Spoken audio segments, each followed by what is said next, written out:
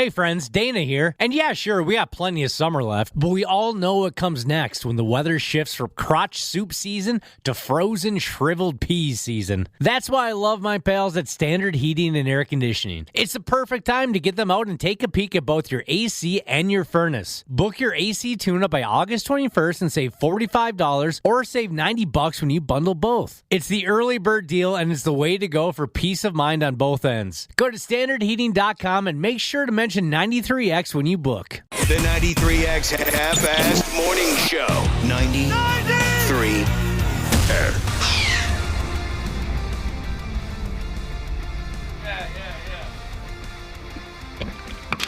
Sure.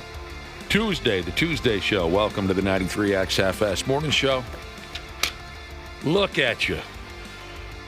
You're a damn wonderful crowd. Familiar faces dropping by later. Janel Klein, C. Willi Myles, Glen Perkins, what's left of Randy Shaver. Very much looking forward to seeing our pals, aren't we, Josh? Another big day on a Tuesday. Oh, it's a big day. Yeah, all those folks going to be swinging by later. Here we are attempting to make our way to Labor Day weekend. And I'm sure there's a few of our listeners that are looking forward to that gimmick, too. An extra day off. I think we should take this Friday off, too. I mean, if that's what you want to do. I think we should make it a 4-day deal. I'm a pretty easygoing fella. I'm not going to complain. F the boss. What, do you think I'm scared of the boss? Oh, I know you're not scared of the boss. That's right. I think we should it's the other way around. Take Friday off. One Balls Jesus texted in to say, "What up, green dildos? It's my Friday. This week can suck it." It's his Friday. Today's his On a Friday. Tuesday? He's not afraid of his boss. Apparently not. The name is One Balls Jesus. Balls. With a Z, because he's nasty. One Balls. I got to know the story behind that one. Yeah, we're cruising towards Labor Day weekend. We Americans put in some work hours. We do. The average in the United States, 1,805 hours last year. Which one of the two of you is best with arithmetic? I've got a calculator in front of me. Do you? You ought to be the guy then. Can you see if we fall into that area, Josh? That we as in we here in the room, as far as work hours. Well, no one's going to believe that we actually put in hours past the time. No, that they we're never on do. The air. They never do. But we know what hours we put into this sumbitch. So the average in the United States was 1,805 hours last year. So I'm not trying to put you up against a difficult task here, but you said you do have a calculator. I want to see where we land in this pig. Per year? Yep. 1,805 hours a year. Okay. Yeah. Divided by 52? We get 20 days off, so we take away those. Yeah. Take your time. All right, so I'll just say. Yeah. That's more than Canada, more than Australia, more than Japan, more than the friggin' UK, but less than people in Colombia and Korea. Just in case you're. Good. What happened? Oh, we work more than we work more or less than the Colombians and the Koreans. We work less. Oh, all right. Yeah. Do you have? So the Mountain Mayhem Jesus said 2,080 hours is a 40-hour work week for a year. Really? I was going to say, because our number came up way higher, and I thought maybe my math is off. So on average, the average American works less than 40 hours a week? I never would have guessed that. Wow. But I suppose maybe they must be. I forgot. I don't have the list in front of me again. Does it say full-time? Because they might be including people that have part-time gigs. It just says the average in the United States was 1,805 hours last year. So that must include people with part-time jobs. I guess. Kind of like my wife's work. There's people that work there, and they just work a few hours a week. Huh. Whether they're retired or they don't need the income because their spouse makes money. Well, I'll be damned. Less that we average less than 40 hours a week if you add in everybody. I never would have thought that. But which state has the hardest workers? Are you ready for this pissing match? Yeah, every state's going to say their state. I mean, you guys know, some folks get a straight-up hard-on telling you how hard they work. That's their favorite subject. They rarely acknowledge anyone else's work life. They're the ones who really work for a living. Some folks come off like that. A study was done based on things like employment rates, hours worked, average commute, how much free time people have in general, and the hardest working some bitches from one end of our country to the other. It's the no-dackers. That makes sense. They seem like hard-working folk. Yeah. That's my impression. No-dackers. Well, we've only worked with one dude that I can remember over the years, Josh, from North Dakota. And he was soft as a baby's ass. Yeah, let's not count him. Because, you know what? I bet they wouldn't want to count him either. North Dakota, Alaska, South Dakota. Go Jackrabbits. That's my new favorite football team, as you know, ever since our appearance at the fair last Saturday. Texas. They work hard in Hawaii. I've heard the opposite. Yeah, I'd be at the beach all day. I have a friend of mine. She's from there and lives there. She lived in Minnesota for, I don't know, maybe 8-9 years and has moved back. And she told me, this is when I was landscaping, I knew her, and she's like, you know what, if you opened up a landscaping business or any type of trade, you go into the trades in Hawaii, you'd be a rich man. Because she said they don't have to worry about terrible weather kind of slowing down or stopping projects. So people are a little more relaxed. According to her, that's the only Hawaiian I know. I mean, another friend lived there for a couple of years and pretty much said the same thing. If you set me down in Maui today, I'd have a hard time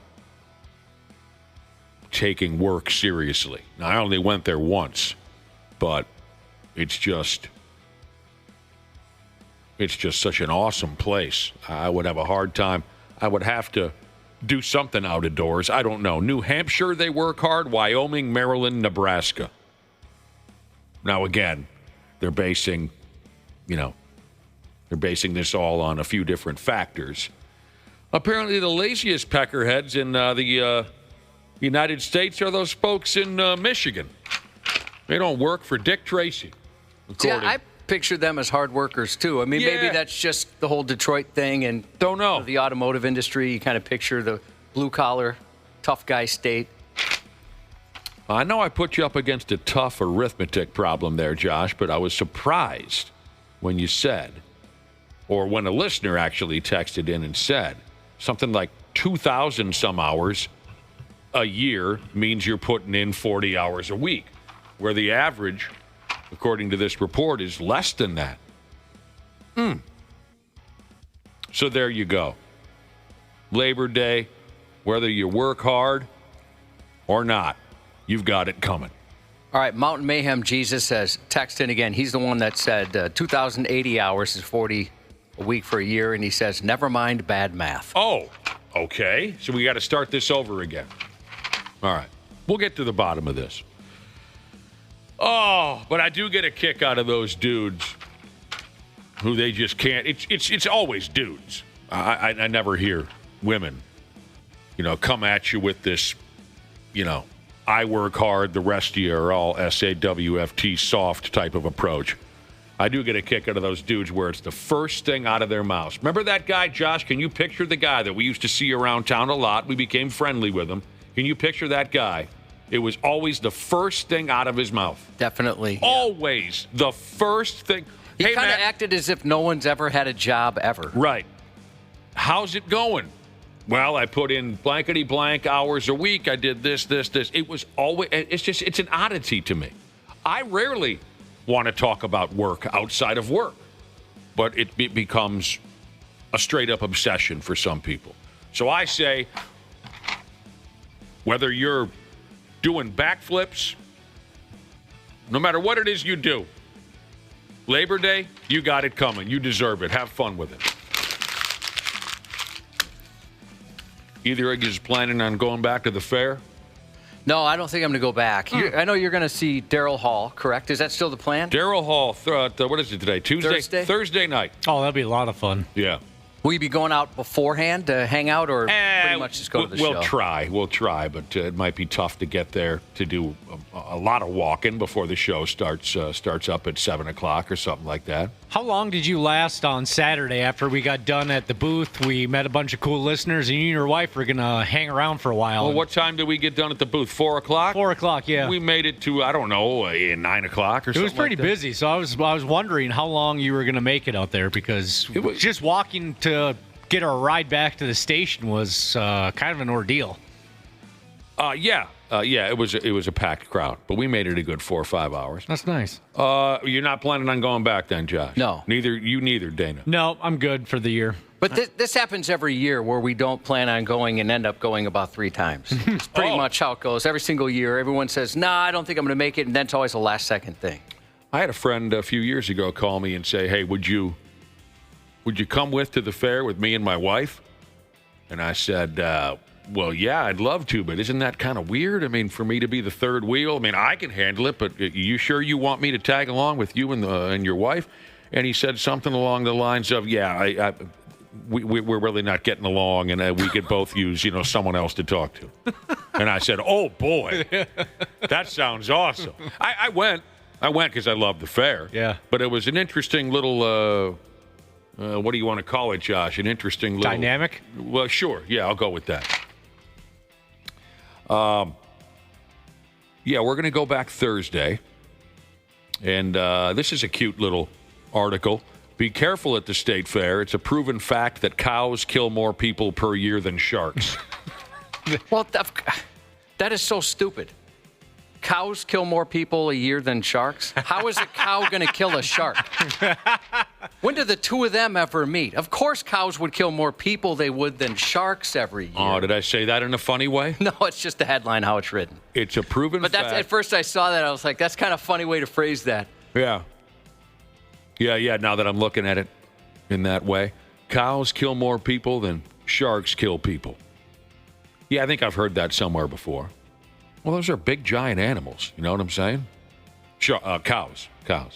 Hell yeah. Horrible. Dairy farmers have texted in before and said how dangerous they can be. So around the globe, sharks only kill 5 people a year. Cows kill around 22.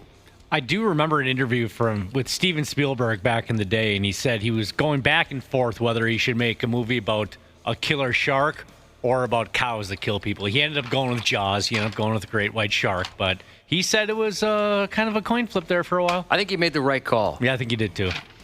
I don't think cows would have had the lasting impact that Jaws did. If there was a killer cow, let's say he did that instead of Jaws, what would they need a bigger of? I mean, in Jaws it was a boat. Tractor, maybe? Yeah, we need a bigger tractor.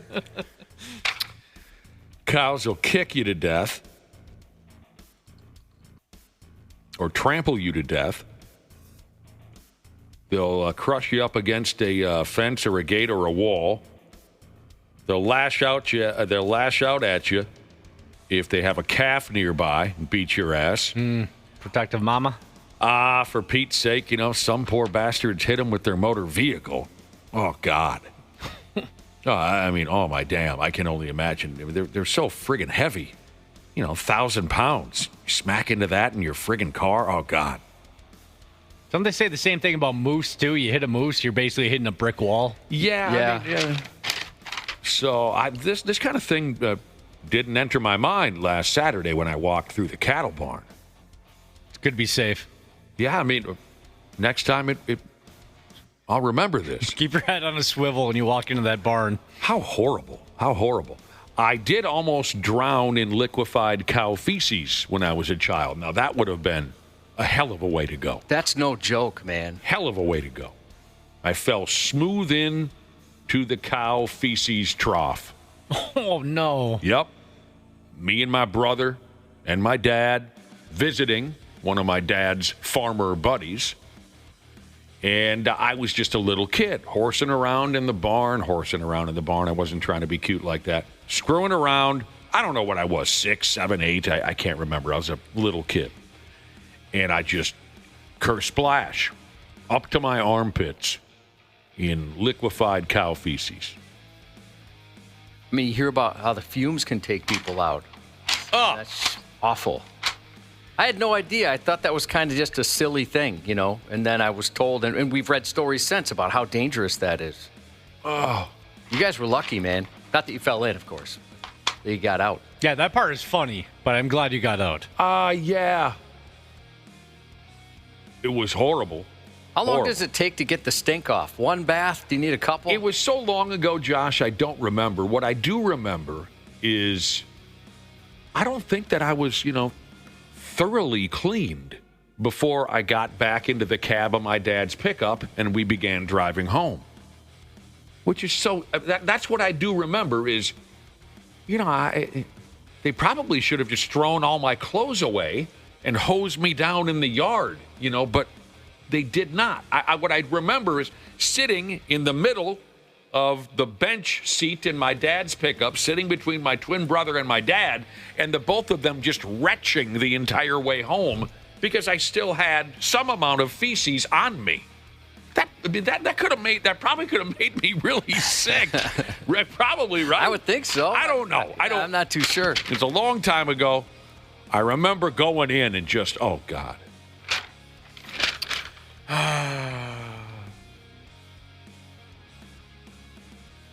Friggin' cows. They're so cute when they're not attacking you, It's like koalas, right? Or is it pandas? Maybe it's pandas. They're adorable, but they'll rip your face off, give you the opportunity. Pandas are not nice people. People. You know what I meant. Pandas are not nice people. That's a T-shirt idea. Jesus, that would throw you. That seems like something you could buy at Hot Topic. Oh, definitely. This is interesting. Deceptively girthy Jesus says, you ever looked into a cow's eyes? They've got lifeless eyes, black eyes, like a doll's eyes. Cattle farmers, let me know. Is this weird? What have you seen on the job? I bet you've seen some things. You have to. Tell me if this is weird. And, I was mentioning my dad. We were hanging out at his farmer buddy's property when I fell into this cow manure trough and almost drowned.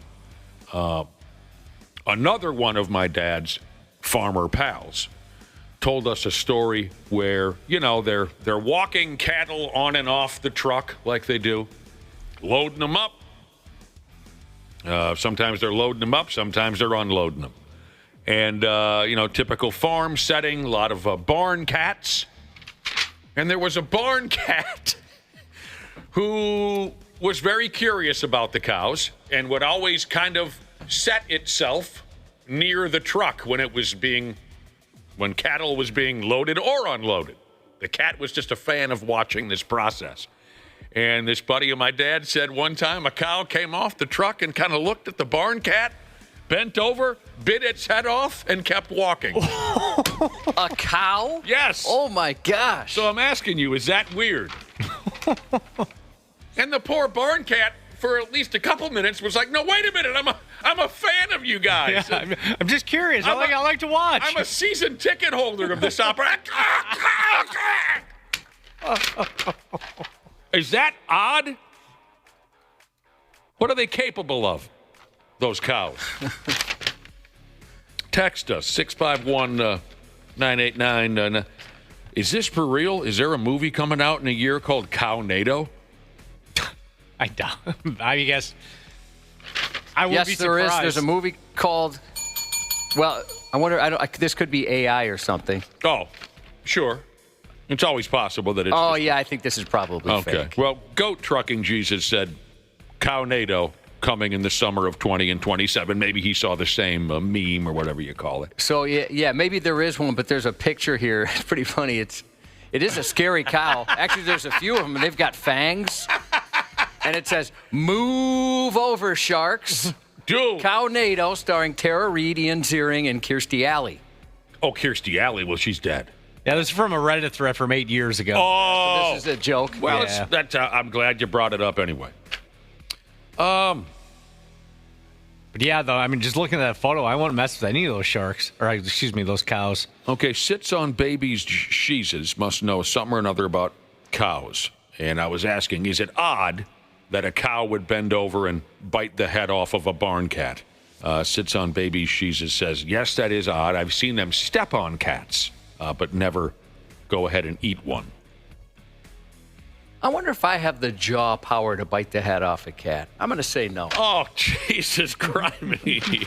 I'm going to guess I don't have that. I don't think you do. Well, yeah, I think you do. The jaw power? Yeah. Yeah, I think you do. But it's more about willpower, I think. I mean, I guess if I was hungry enough, I wouldn't start with the head, but sure, I mean. What would you go with first? If it was a cat? Cat? Yeah. Boy, that's a great question. I don't know. I'll have to think on that. I'll get back to you.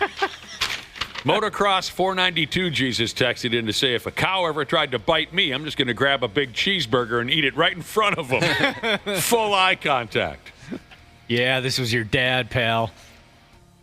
Another farmer has texted in to say, oh, no, yeah, this isn't good.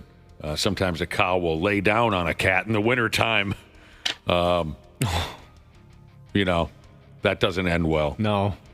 Retired Navy Jesus said cow tongues can strip paint off of cars. Jesus.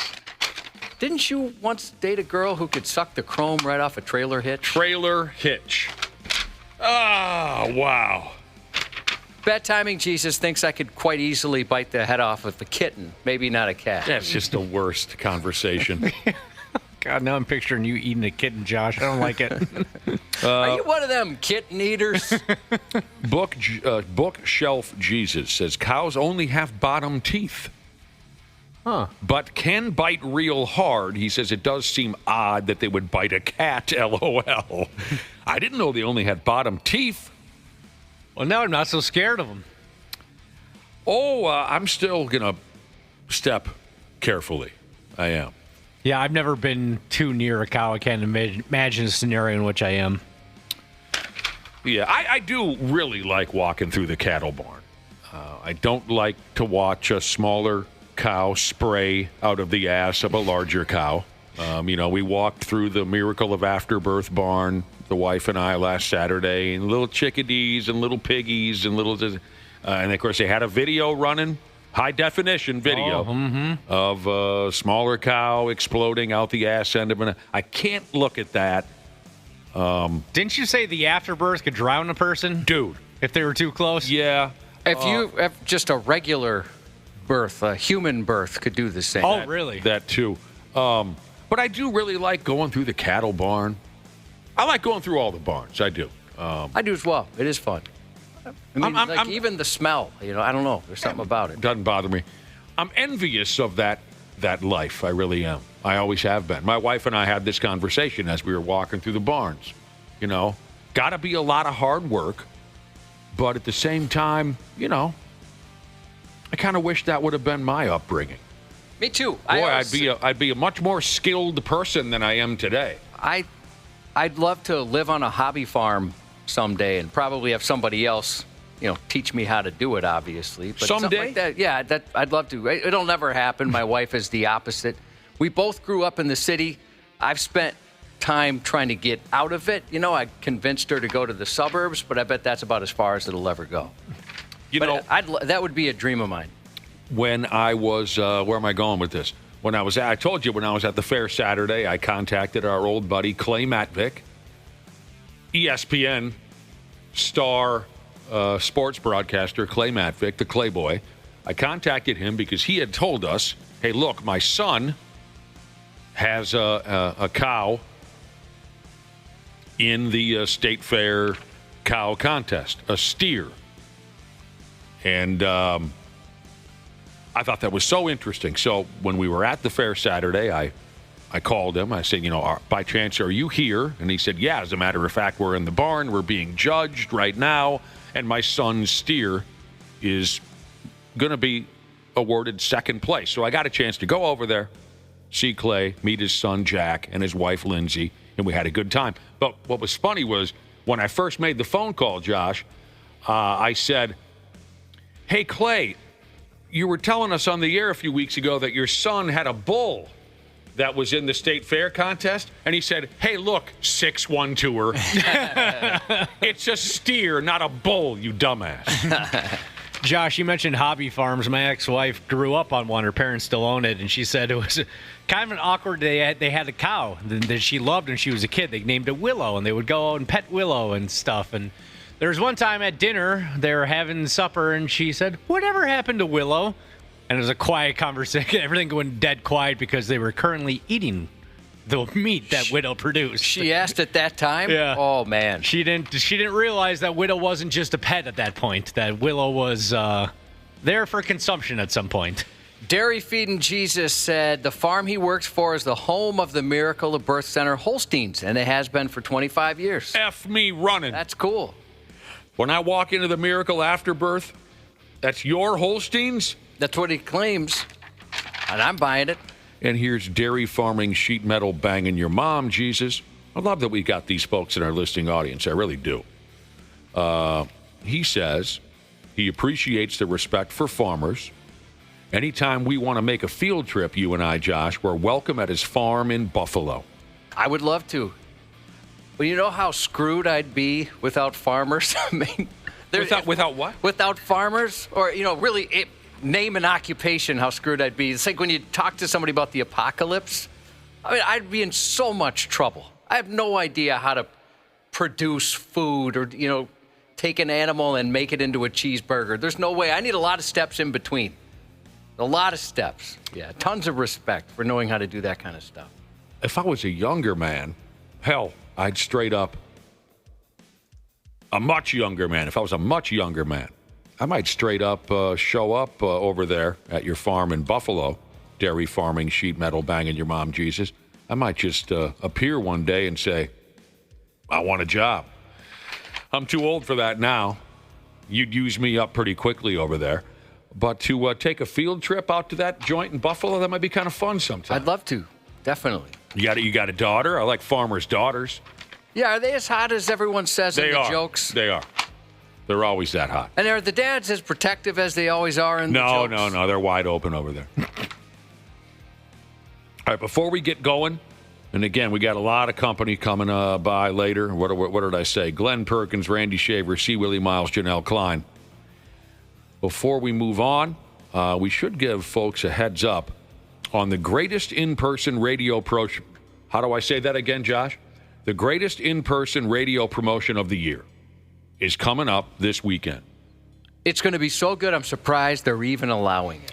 It makes no sense. Josh and Nick at Apple Ford in Apple Valley this Saturday from 11 to 1. They're calling it the greatest in-person radio promotion of the year. Come out and experience, an in-person radio promotion like never before. We're just gearing up for this. It's a few days away. Saturday, Apple Ford and Apple Valley from 11 to 1. But it's a must that you stop by and see what we got going over there on Saturday. I hope they bring out the same game they brought out last year, which was a 2-story Plinko board. Sweet. And I love Plinko. They're dropping these pucks 2 stories into slots where people were winning big money to buy cars. Are you serious? Yeah. Big. I mean, I don't want to say for sure how much it was because it could be different this year. 2 stories? What are you talking about? Like, I got to walk to 2 the top? levels. No, yeah, you walk up some steps. Dude. And you drop it down. And I think everyone, we were right next to it. Everyone won something. And there was one lady that won big right in front of us. That was awesome. So hopefully they bring that out. That was a really good time. This isn't just hype. This is pretty widely known. It's being talked about all over town that our appearance at Apple Ford on Saturday is a one-of-a-kind experience. Yeah, they're even, right now, I've heard Wikipedia is getting ready to write about it. Right. They're sending out reporters and whatnot. Mm-hmm. They pimped my ride. They pimped your ride? Yeah, so all the extra stuff that I did to my vehicle was those guys in Apple Valley, Apple Ford. Well, I'll be damned. Yep. Known a lot of those guys for over 20 years. You're talking about what, like the rims? Wheels, tires, running boards, lift. The illegal window tint? Well, if illegal is a word you might like to use. They gave it a lifty lift? All that kind of stuff. It was all those folks. Saturday, 11 to 1. Don't miss it. We got to take a break. We'll be back with the stupid news before you can say Jack Robinson here on the 93X Half-Assed Morning Show. 93X Half-Assed Morning Show. Hey friends, Dana here. And yeah, sure, we got plenty of summer left, but we all know what comes next when the weather shifts from crotch soup season to frozen shriveled peas season. That's why I love my pals at Standard Heating and Air Conditioning. It's the perfect time to get them out and take a peek at both your AC and your furnace. Book your AC tune-up by August 21st and save $45 or save $90 when you bundle both. It's the early bird deal and it's the way to go for peace of mind on both ends. Go to standardheating.com and make sure to mention 93X when you book. 2 hours ago, Kyle arrived at the bar. Hey, what's everyone drinking? 30 minutes ago, Kyle got his friends another round of drinks. Cheers! 5 minutes ago, Kyle decided to drive home drunk. A minute ago, a law enforcement officer pulled up behind Kyle. Sir, have you been drinking tonight? A chain of events that began 2 hours ago is about to change Kyle's whole world. Drive sober or get pulled over. Paid for by NHTSA. This episode is brought to you by Progressive Insurance. Do you ever think about switching insurance companies to see if you could save some cash? Progressive makes it easy. Just drop in some details about yourself and see if you're eligible to save money when you bundle your home and auto policies. The process only takes minutes, and it could mean hundreds more in your pocket. Visit Progressive.com after this episode to see if you could save. Progressive Casualty Insurance Company and Affiliates. Potential savings will vary. Not available in all states. Stupid news on the Half-Assed Morning Show.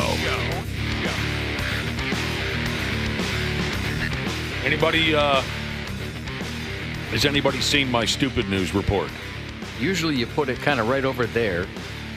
Oh. While you're looking for that, Yeah. Ginger Ninja Jesus sent a shout out to his wife. She's having her very last cancer surgery today. I'll be damned. So good luck with that and congratulations. That's great to hear. That is wonderful. I found my stupid news. Was it right where I said it was? Yeah, it was right over there. Nice. Funny how that works. Nice. What would we do without you, Josh? Probably better ratings, better sleep. More chicks. Way more chicks. You do drive away the women at times. I have a few text messages I'd like to address before we start cartwheeling our way towards today's stupid news. We've covered a few things. We were talking about farmers.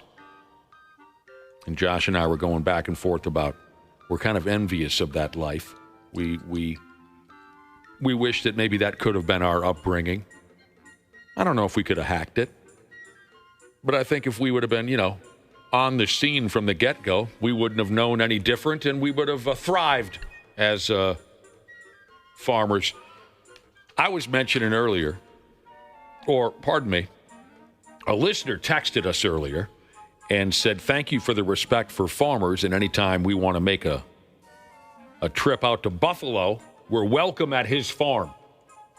And that sounds like... That's a very kind invitation, and we'd love to do it. We both said we don't think we could handle the workload. But this guy got back to us, the farmer out there in Buffalo. I'm sorry, I forget his name. The farmer out there in Buffalo said he could find a job for me. He said a fork fits everybody's hands. I could just be forking turds all day. Weep. We could recreate that famous poster, Oh, yeah. The old lady, the old farmer couple. Fark. That would be adorable. Another listener texted in, sexy time, Jesus. He said, when we were younger, my grandma would let us name the cows at their farm. My grandpa would let us name the cows at his farm, and then when he would butcher them, he would write their name on the packaging. This is Dolly. This year, this is Pookie. Do you think the farmer who was nice enough to invite us out to his farm would let us operate any of the heavy machinery? Yeah, I that'd think be he a real would. treat. Yeah, I think he would. And I think we probably have that. That might be the one task we could handle. You know, the back-breaking physical work would be a challenge for the both of us because we're not kids anymore. It's humbling. But we both do have experience driving unique vehicles. I'm a former Zamboni pilot. You recently took a ride in something. What was Skid that? steer. Skid steer. I think that would be the one thing we might have a chance to keep the job is just as a operator of some machinery. Yes. Yeah, I didn't realize I'd be taking a video, but they took a video of me at Lano Equipment, Shakopee. They're my boys. And I wish they would have posted when I backed in because even I was surprised. I mean, now keep in mind, they are way easier to operate now than they were when I was landscaping 20-some years ago. Mm-hmm. But I wish they would have thrown that in there. But all the spins and stuff I did, they put on. Cows can be dangerous. When we were talking about farms, we noted that cows can be dangerous. They kill more people every year than sharks kill people. And that'd be a terrible way to go. One listener texted in and said one of his friends found himself standing behind a cow when it sneezed, and it did not end well. I want to see a cow sneeze. There's no way it can bring what you can bring. No way. Well, but I'm not likely to spray diarrhea out the other end when I can sneeze. Not today. Maybe 20 years ago. Maybe 20 years ago. I can sneeze harder and louder than almost any other land mammal. I think so for sure. But I have a good chance that I'm going to keep my bowels intact when it happens. Now, all of this farming talk originated from a conversation about work in general. As Labor Day approaches on Monday, we were talking about how Americans do put in more hours than quite a few other countries. Canada, Japan, we're on the list. The United Kingdom, we outwork all of them. I would like that trend to pass. I would like, before my lifetime is over, Josh, I would like Americans to be known as the laziest sumbitches on earth. I really do. I mean, I know we've built this country on hard work, but I think we've done enough, and I think we all should get it dummied down to like a 2-day work week. Let's just be lazy for a century or two. Yeah, right? Why not? I don't know. That's the way I go. But anyway, it all generated from a conversation about hard work. Now, Josh, do you want to start trouble? I don't like trouble. I mean, it wouldn't be you that's starting trouble. I mean, do you want to start another one of those half-ass morning show text arguments? Oh, yeah. Where people go after each other. Yes. And we learn a lot. That'd be fun. We do. So, let's let her buck. Somebody texted in earlier when we were discussing just work or hard work in general, and he says this: factory work is harder than construction. They're both physical, but at the factory, you don't get time off for rain and snow. So there you go. There's the statement. Take it whatever direction you want. 651-989-9393. A listener has stepped forward and says, factory worker is harder than construction because we don't get time off for rain and snow. Josh, when you landscaped, were you like me when that rain would come? It was just the best thing ever. You know, when it can be a complete washout and the boss was just like, yeah, no sense even coming out today. Just stay home. Depended on how broke I was. Oh, sure. So there you go. What's the trendy, I've heard this trendy saying, a shot across the bow? Yeah. Dana, or shots fired. Shots fired. Dana, you sometimes say taking strays or something? Oh, catching strays. Catching strays. So you construction people just caught some strays from a factory worker. They absolutely did. This is great. A few people in the trades and construction workers are saying, you know, there is indoor construction as well, right? Indoor construction? That's a good point. They're building the interior of buildings, too. Oh, well, I think we know what the guy means, right? Factory work is harder than construction because there's no days off for rain or snow. And before we finally get to the report here, the Stupid News Report, this has nothing to do with work or fights or cows or farming or anything. Just wanted you to know. We also briefly mentioned Maui, Hawaii, earlier this morning. Somehow, some way, still sober Jesus texted in. He's listening right now, Josh, from Maui on his godforsaken honeymoon. Right now? Right now. Dude, isn't it like 1 a.m. there? How far back is Hawaii? That's impressive, and thank you very much. Well, if he's on his honeymoon, 1 o'clock in the morning would be prime time for honeymoon things. Do you think we are a C block or an aphrodisiac? How do you think this show works? Difficult question to answer. Maybe he could get back to us. Yeah, you're right, Josh. It's 1:30 in the morning right now in Hawaii. He and his latest wife, somehow, some way, still sober Jesus. He and his latest wife are pinballing off the walls of that hotel room like they just smoked rock. And he's listening. They're listening. Say the name of that state again, Dana. Hawaii? He said it differently before. A friend of mine, he goes, I don't think I could even do it. He says it as if he's from there. Hawaii? I can't do it. I can't even do it. Why is that so difficult for you? Well, I'm trying to do it the way he says it. Yeah, Hawaii. No, it's different than that, though. The way he says it, it's different. Hawaii. No, you're close. The middle part is where he stresses. Dana said it just like he did. That's what made me think about it. Shoot, I wish I could replicate it for you. I just go Hawaii, so am I incorrect? You're fine. You're fine.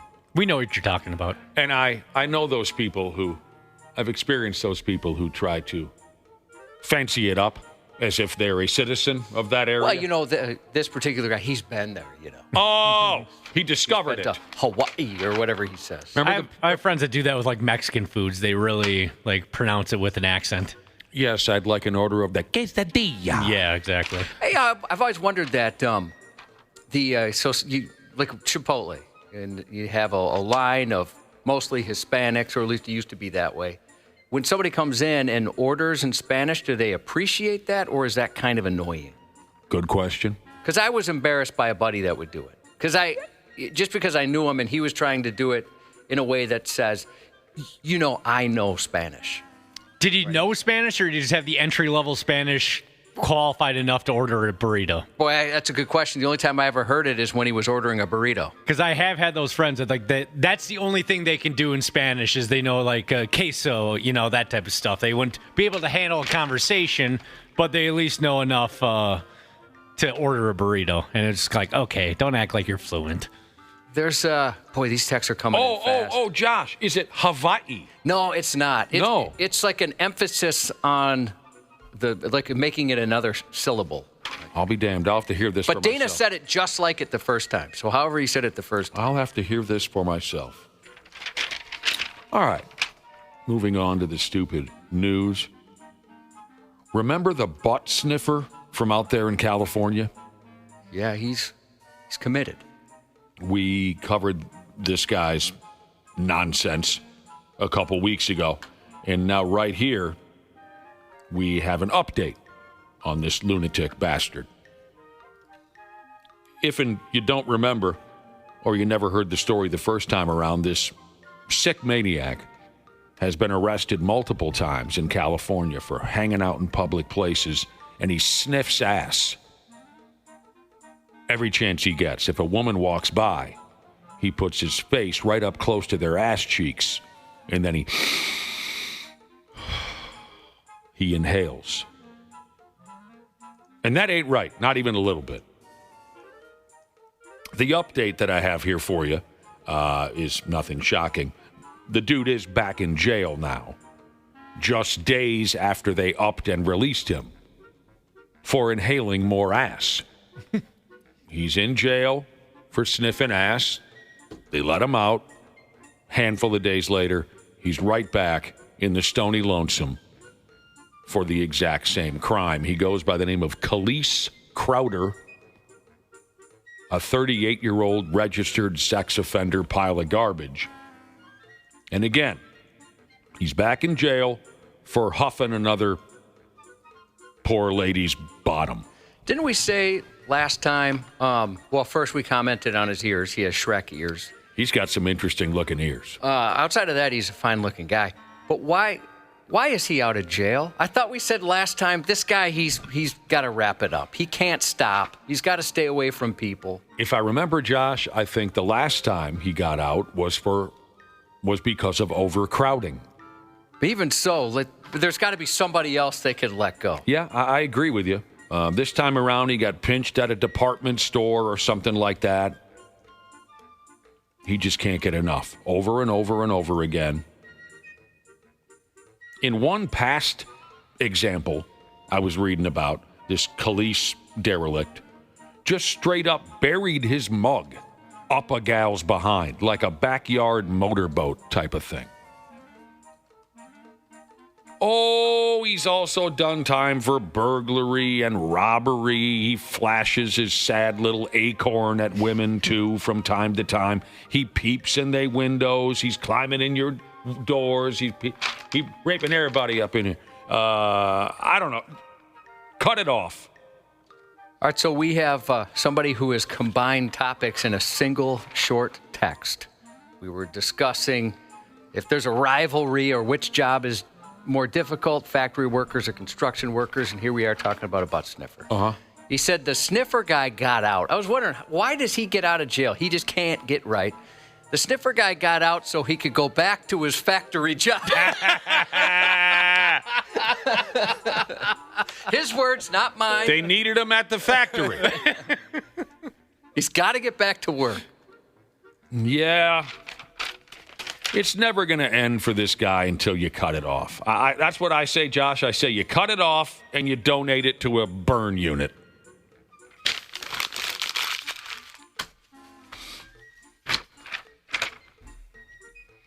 All right, how about this here? Putin. Russian President Vladimir Putin. He's a cute character, right? He's got a certain thing about him, I guess. One of quite a few politicians, if you ask me, who are likely to get us all killed one of these days. Anyway, this Putin guy, the story here says he recently went on over to Alaska for some type of a meeting with our president, Trump, who I've seen portrayed lately in an interesting way on the South Park television show. Oh, my God. That's something. They show his penis quite a bit. On South Park, I saw that. So you've seen that? Oh, man. Yeah. Damn. I know. Oh, my. Sometimes I'm like, oh, whoa. I mean, damn. Yeah. They must not like him over That's the impression I'm starting to get. At the South Park headquarters. Holy heck. Me running sideways. So they met in Alaska, Putin and our guy Trumpsky, and maybe some others I wouldn't know. Here's where I'm going with this. It says here, Putin's bodyguards reportedly carry around a, quote, poop suitcase. And they carried it, everywhere they went in Alaska. And that poop suitcase is used to collect Putin's turd logs during their stay in Alaska. So the reason for such a thing was to keep what they call here foreign powers from gathering any information on Putin's health or lack thereof. I've heard this before. They talk like Kim Jong-un, right, in North Korea. I've heard that before, that they take his. And then somebody told me they actually do that quite a bit with presidents and stuff like that. I've never heard such a thing. Hell of a gig if you're the suitcase guy. Well, you know who does that, don't you? I'm guessing it's somebody who's relatively joined the gig recently. There's a much better and more abbreviated way to say that. Yeah, well, how would you do it? The new guy. The new guy? The new guy carries the poop suitcase. You don't have to say He's got a weak stomach, though. Why would they give it to him? Does he have a weak stomach? It seems that way. He's always puking his guts out in the corner. You're right. The new guy probably struggles with this. So when Vladimir is out of town and he has to cut one, he lets it ride. This is what I understand. He lets it ride on the floor like they traditionally do in Russia. And then the poop suitcase guy, who's obviously the new guy, he puts the feces into the suitcase, and then they bring it all the way back to Russia with them. And there's a device in the suitcase that keeps it warm. That's nice. One of those, like, those NASA bags or whatever. Who you mentioned a minute ago, Kim Jong-un? Yeah. Is he the guy running things over there? Well, wait, now I'm confused. Is it? Yeah, Il was the dad, Yeah. so Un is the guy now. Kim Jong-il, who ran things a while back, right, Josh? Right. Kim Jong-il. You know what I heard about him? What's that? Unbelievable golfer. Yeah. Didn't he shoot an 18? Yeah, he shot an 18. Yeah. There was really a lot of stuff about him that was quite impressive. Yeah. If you believe the media coming out of North Korea. Yeah. Social anxiety, Jesus said almost every world leader does this. I'd heard that before. Okay. Never heard of it before. They don't want anybody getting information like, oh, so-and-so is not doing so well health-wise, and then using that to their advantage somehow. Come on. Taking things a little far. They do say here that Russia has been dialed into this gimmick for decades. They don't want anybody to know a damn thing about the health of their president. Oh, this is interesting. Got a text here. I don't know. They don't have a name on it. When they were hunting for bin Laden, they were trying to take poop samples from the sewer of his house to make sure he was there. That's interesting. That makes total sense. How do they identify his turds over somebody else's turds? They must have his DNA or something. DNA? Never heard of it. So, rumors. They go this way, they go that way. Someone or another who covers the awful state of politics these days, a journalist, has upped and said that they think old Putin, they think he's been wetting his pants a lot lately. Yeah, I've heard rumors that he might not be doing so well. The poop suitcase, Josh. Keep a strong lock on that pig. So we're being corrected. It's actually the senior guy who carries the suitcase. The new guy has to collect the sample. Got to work your way up in that industry. I'll be damned. This is dumb, but it made me laugh from a 612 with no name. More like Vladimir Poopin. Yeah, we're going to edit that out of the podcast. No matter what you said, I wanted us to leave an awkward silence. Yeah, that didn't work, Dana. I thought it was funny. Speaking of journalists, here's a guy who fell off a cliff while hiking, and he was sure he was going to die. It just so happens he's a journalist, a climate journalist, whatever that means, and it doesn't matter. I was just looking for a good transition. Dude fell down a cliff while on a solo hike, so nobody around to help him, and he thought for sure he was going to die. But he didn't. 6 days he was all by himself, mangled from falling off that cliff. You want to know how he made it? You want to know how he survived? Because I can't wait to tell you. Especially those of you trying to eat your gas station quality breakfast sandwich right now as I speak. Dude survived by drinking his own piss. He ate some grass. He ate some moss. And he even popped a blister on his arm so he could drink his own blood. I got to say, that's something I wouldn't come up with. The urine thing might be top of mind. Yeah. Kind of always wanted to anyways. But the pus or whatever, my word. Popped a blister on his arm so he could drink his own blood. I ate some bugs. I ate some grass. I used my hand to wipe my tears. What movie? Nacho Libre. Here's this dude's story. The guy who had a terrible fall. He had an awful time hiking. Everybody in their right mind has an awful time hiking. But this guy, it really sucked eggs. Alec Loon is the guy's name, 38 years old, from here in the States, Wisco, I think. He decided to go on a hike in flippin' Norway, all by himself. Next thing he knows, he fell off a mountain. It happens, right? I've heard it before. He broke his leg in 2 places. He fractured his pelvis. He snapped loose about half of his vertebra. As God is my witness, he was broken in half. One of his feet had more or less fallen off, Josh. F me, he must have been thinking. He sucks at hiking. Terrible. I mean, nobody's ever been that bad. No. When he fell ass over apple cart all the way down a mountain, he lost his cell phone, he lost his water bottle, he lost most of his food. Alex said, I remember thinking, this is really bad. This is the start of a disaster movie, is what he said. Dude is what they call here an experienced outdoorsman. He's gone to places like Siberia. He's been to the Arctic Ocean. He's been to Afton Alps. And by damn, he was up against the ultimate survival test. All alone, there in Norway, all busted up at the bottom of that mountain. He wasn't able to move much, so there he sat. He had a few snacks on him. He wiped those out.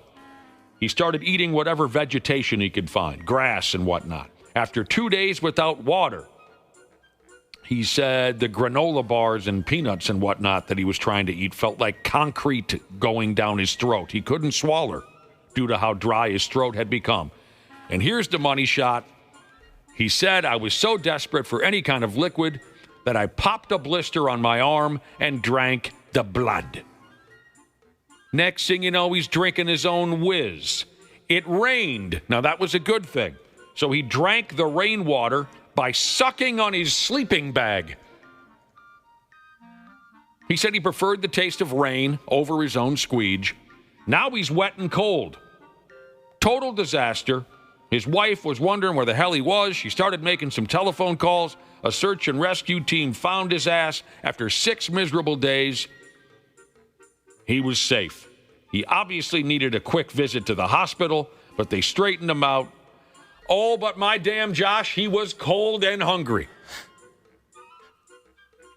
Doctors say he'll make a full recovery. Yeah, that sucks. I can't believe how much stuff happened to him. That must have been quite the fall. After he got a quick bite to eat and a little bit of a nappy nap, he said, while I was all busted up there on the mountain, I spent a lot of time thinking about my wife and family and how silly it was that here I was possibly going to die because I wanted to go on a hike. Yeah, bro, that was pretty stupid. All by yourself.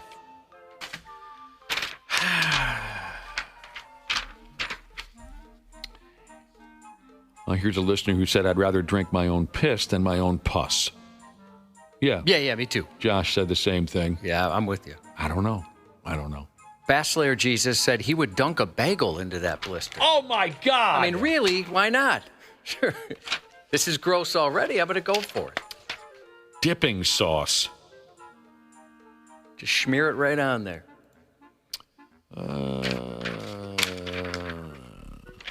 Minneapolis Dan Jesus texted in to say, I like how you think drinking piss is worse than loading a suitcase with someone else's turds. I don't remember making that comparison. Back to the Putin story about him having a poop suitcase. I think I'd rather do the suitcase poop. Personally, I'm not consuming anything at that point. Yeah, but Minneapolis Dan Jesus, I don't remember making too passionate of a comment one way or the other, but if you want me to make a choice here, I would rather drink my own urine, yes, than handle someone else's feces. Yeah, oh yeah. Give me a case of my own whiz over handling someone else's feces any damn day. Back to this this dude that got stuck out in the wilderness there for 6 days. Vacation Jesus asked a question that I bet a lot of people were wondering. He whacked it, didn't he? Yeah, probably. I mean, what was that movie called? 27 something? I saw that movie. 27 hours? Yeah, that sounds right. 127 hours. 127 hours. Jesus, that was a lot longer than we thought it was. Yeah. I was going to say 27 hours. I could go that long without whacking it. 127? No way. I'm whacking it. I did watch that movie. It wasn't very good. I mean, it's a great story. It's a true story. It was a shame that this great true story of survival was turned into such a terrible movie. But they screwed it up. Kind of like that terrible Von Erich family movie, The Iron Douche. What was that called? Iron Claw. The Iron Claw. It's one of the most interesting and incredible stories in sports history, and they somehow turned it into a bad movie. Bad acting, bad writing. It was all bad. 127 hours. Dude falls down the crevice of a cliff, middle of nowhere. The dude survived. But the movie was poorly made. And it was a damn shame. It was true that the real guy who survived, did whack off at one point or another when he was trapped on this mountain. Why they put that in the movie? Why they felt the need to include it into the movie is part of what made it such a terrible movie. Before he cut his arm off, he thought, you know what, I'm just going to whack it one last time with this arm. He did end up having to cut one of his own arms off. I remember when that movie came out, we were kind of angry. Yeah, he didn't deserve that. And we interviewed the real guy, did we not? That sounds right. I swear to God, we interviewed the real guy, and he said, I don't know why the hell... Yeah, either that or an author or something. Something related to that we did, yeah. He was a little bummed out that they include a jack-off scene. No, why tell that part of the story? At any rate, if you're just tuning in, a statement has been made, a declaration has been made, however you want to say it, and you're invited to react by texting us 651-989-9393. A listener upped and made this statement. Factory work is harder than construction because we don't get days off for rain and snow. It's up to you where you want to go with that one. Sports on the 93X Half-Assed Morning Show. It was just a squirrel that went up on his leg, and now it's on the third baseline. I think you've seen it all, Michael. Wow, he just ran into Garcia's foot. Now he's checking out Fried, and the hole that Fried lands in. And he's at the 30. He's at the 20. Oh, he hesitated. I enjoy adorable animals interrupting ball games just as much as the next guy, Cubby. Mm-hmm. I wish there was a point at every game where an animal would jump onto the field or the ice or the court or the ring or whatever. But I get a little annoyed how folks can try and turn nothing into something these days. Topps, the sports card people, they're releasing a collectible card featuring that squirrel that ran onto the ball field during the Yankees-Red Sox game this past Friday night. And you're probably saying, what squirrel that ran onto the ball field during the Yankee-Red Sox game Friday night? And that would be the correct response. The squirrel ran out. He went this way. He went that way. Exactly like they do in your backyard every day of your life. But it's a weird vibe these days. We're all supposed to act like this stuff is so special. This has happened a million times. I thought it was kind of funny they made a card about it. It's pretty extreme. I don't know. I'm sorry I blew up. I just don't... it's a little bit of joy in a miserable world where people are collecting other people's poop in suitcases. All right. Smile. I'll go along with it, I guess. Every time a critter jumps on a field, everyone acts like they've never seen anything like it before in their life. And websites do feature 15-minute videos on the deal. Maybe it was a boring game. I don't get it. But, a squirrel ran on the baseball field. Oh, my God. What about when the kids, during the mutton races at a rodeo, where the kid's sitting on that thing backwards? That's good comedy, isn't it? Yeah. So there are some animal-related things that you can still get behind. Well, it's not that I don't find those moments entertaining. It's then they go as far as to give this squirrel his own baseball card? Yeah, I think that's what's funny about it, is it's silly. It's ridiculous. Maybe I got to have a couple of beers. I just... Although somebody wants him to make a card with those green dildos that are showing up everywhere. Now, Topps should do that. That's brilliant. I'm so glad you brought that up because that is unique. That's only happened 5 or 6 times. A friggin' squirrel runs across a ball field every week. Every week. That's my point. And again, I'm sorry I blew up. Maybe I need to loosen up with some Wonder Joints or something. The Twins got wailed on again, this time up there in Ontario. Toronto Blue Jays beat them they only beat them by 6 runs. It was 10-4.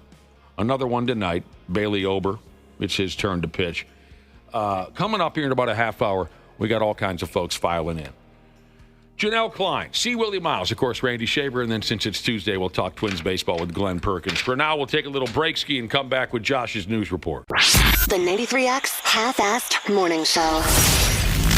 Hey friends, Dana here. And yeah, sure, we got plenty of summer left, but we all know what comes next when the weather shifts from crotch soup season to frozen shriveled peas season. That's why I love my pals at Standard Heating and Air Conditioning. It's the perfect time to get them out and take a peek at both your AC and your furnace. Book your AC tune-up by August 21st and save $45 or save $90 when you bundle both. It's the early bird deal and it's the way to go for peace of mind on both ends. Go to standardheating.com and make sure to mention 93X when you book. I am Michael Rosenbaum. I am Tom Welling. Welcome to Talkville, where it's fun to talk about Smallville. We're going to be talking to sometimes guest stars. Are you liking the direction Lois is going in? Yeah, because I'm getting more screen time. It's good. But mostly it's just me and Tom remembering. I think we all feel like there was a scene missing here. You got me, Tom. Let's revisit it. Let's look at it. See what we remember. See what we remember. I had never been around anything like that before. I mean, it was so fun. Talkville. Talkville. I just had a flashback. Follow and listen on your favorite platform. Let's get into it. Welcome to NFL Flag. Are you ready? Yeah! Are you ready? Yeah! No matter who you are, lace up your cleats, smear on your eye black, step out on the field and chase something. Chase a goal. Let's get it! Chase the big time. Good job, ladies! Chase rings. Chase gold medals. Chase all of it. It's all up for grabs now. NFL Flag. Chase something. Visit NFLflag.com to find a league and start the chase today. Half-assed morning show. They are in an alternate reality than ours. They are in that rock and roll rock reality. They surround themselves with these professional dickheads. And I'm not even really sure if they're aware, you know? I don't think they're aware of how much they suck.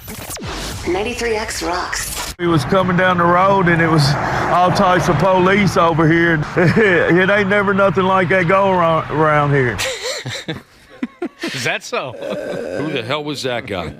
That was a gentleman that the news are getting good. They're getting good at finding the right people to interview. Yeah. It's National Dog Day, so we'll start with a couple of recent dog-related stories that got a little rough. First, a woman in Nashville is in some deep crap after attacking 3 police officers after pulling a gun on a neighbor last week over poop. Police were called Wednesday when a woman pulled the gun on the man walking his dog. The feces really hit the fan after the dog left a pile of poop in her yard, and the human on the other end of that leash wouldn't pick it up. Police say a 60-year-old man with disabilities and a cane was walking his dog when Jennifer Evans came out of her home and began arguing with him. Turds got real when she pulled the gun and pointed it at him when he refused to clean up after his dog. Pointed a gun at him? Yes. Over the dog poop. Right. Those who know the man and his chihuahua, Mrs. Flirt, say... Chihuahua turds. We're pulling a gun over Chihuahua turds. Yes, one of the smallest of turds. Mrs. Flirt's the dog's name. Mrs. Flirt. Flirt is the name of the dog. The neighbors say he appears to be homeless and harmless. You could tell that he was shook up. It's very scary. I mean, I would have been feared for my life, I would say. When you're homeless, you're not carrying around bags. You know, you might be carrying your clothing bag, but not a bag to clean up poop. You know, I don't think it would have hurt this lady's yard for a bit of poop to be there. My God, this sounds like an interview with the guy who finished in last place at a 1977 NASCAR event. Police say Evans even became combative with the cops, assaulting 3 officers as she was being detained. She's now facing several charges, including assault on an officer. None of that seems right to me, Josh. No. Here's another one. Turns out poop disputes aren't just a Nashville problem. Florida saw its own canine crap controversy the night before. The shooting happened Tuesday night at an apartment complex where residents heard a loud bang shortly after 10 p.m. According to the report, the victim told officers he was walking his dog when his 51-year-old neighbor began yelling down from the balcony, demanding he pick up after the pet. The shouting turned into a heated confrontation where the neighbor grabbed a gun and met him in a stairwell. The victim reportedly asked, "Are you going to shoot me?" And the man answered by pulling the trigger. He pointed the gun at the dog's owner's face and fired a round so close it whizzed by his ear while he likely whizzed down his pants. People are just so willing to kill each other these days, aren't they? It does seem like it. Yeah. It does. You know, people have had guns for a long time, but lately folks really want to use them. There's been responsible gun owners for as long as I've been alive. They just don't think twice about killing someone. In court the next day, the man's attorney argued the case should fall under Florida's Stand Your Ground law. My client was on his own property. He was on the second floor of his apartment. It was a stand your ground situation, and a motion will be forthcoming. Now, neighbors are a bit confused by that defense. I think it's a little ridiculous that something that minor can cause an outburst like that. Absolutely. It's something that it's very Florida. I guess that's the only thing that you can really say. Residents said they were stunned how quickly such a minor incident could spiral so quickly into gunfire. Well, that's all we get these days are minor incidents that spiral. Yeah, I don't fully understand that stand your ground thing. He was indoors on the second level, and the guy was not armed. I have no idea, outside. Dude. But maybe there's some details that were not released. The average dog, by the way, drops about 275 pounds of lawn mines every year. Is that right? Here's a cautionary tale about... What about you? What about you? Total weight in a year? Me, my dogs, or... No, your turds. Boy, not as much as I'd like. Oh, you can put a suitcase up on the scale and weigh it. Yeah, you battle with that, don't you? Yeah. I'll have to consult my poop log. By that, I mean the diary. Right. Here's a cautionary tale about revenge gone wrong and why you should always double-check the license plates before botching a perfectly good vengeance plan. A feisty 55-year-old is wanted by authorities for violating her probation following a spectacularly misguided attempt at payback. She was mad at her boyfriend for cheating on her. Paybacks can be a bitch, I've heard. Yeah, you just got to do it right. She thought the boyfriend was cheating on her. Well, the boyfriend appeared to have been cheating on her, but her revenge went wrong, and it was all her fault. Mm-hmm. She thought she found her ex-boyfriend's truck parked outside a house and determined he deserved a little crowbar justice. She showed up ready to take out her anger, swinging and smashing, certain she was making her point. The problem was, it wasn't his truck. It belonged to someone else entirely. God help us. And when the dust settled, the actual owner was left with thousands of dollars in damage. It's not her first run-in with the law either. She's already had 3 prior arrests tied to drugs and other probation violations. So she's troubled in the first place. Yeah, it sounds that way. F me. A 44-year-old Florida man made giving head anything but erotic, as what began as foreplay ended with forehead when he planted a headbutt squarely on his girlfriend's nose because she told him to stop watching porn. Oh. The lovers were in the heat of a late-night sin session when Donald Naples decided a little side screen action was just the climax he needed. There you go. While, quote, engaged in sexual intercourse, he also engaged in a porn video starring your mom. The 3 a.m. smut session didn't sit well with the 50-year-old girlfriend who became upset and told him to stop. The report said she also directed Naples to, quote, finish himself. Oh, what the hell kind of comment is that now? Without the benefit of her company. That's taking it too far. This isn't Naples' first run-in with the law. Just last year, he was arrested for meth possession, and his rap sheet also includes convictions for robbery, marijuana possession, resisting, and violating probation. So when she said, why don't you just go ahead and pull it then? He dumped a headbutt on her? Yeah. I mean, knocked her out? That doesn't say, but her nose did explode. Oh, for Christ's sake. He could have handled that better. Certainly. Sure. Absolutely.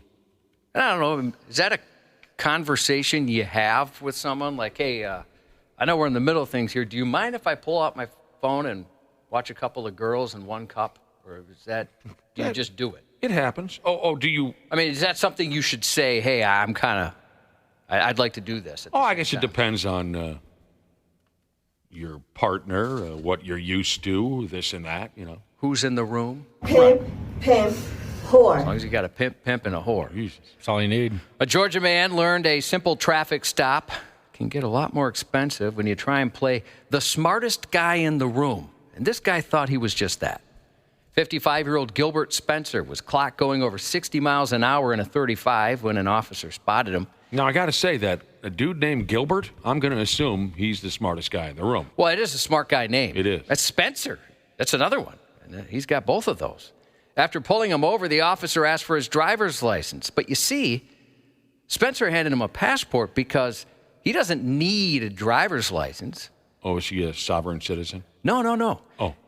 He's traveling, not driving. a passport is all he needs because he's in the process of traveling.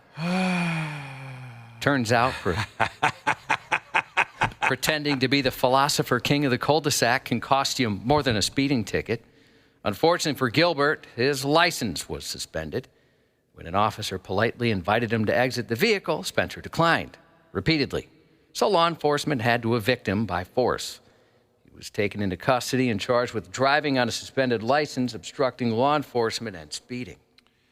Did he really think they were going to fall for that nonsense? Yeah. Hey, you never considered that, did you? I'm technically traveling. Christ's sake. A Wendy's customer in Colorado had a rather unusual idea for paying for his Baconator fries and a Coke by offering Coke of the powdered variety. A little trade ski, huh? Yeah.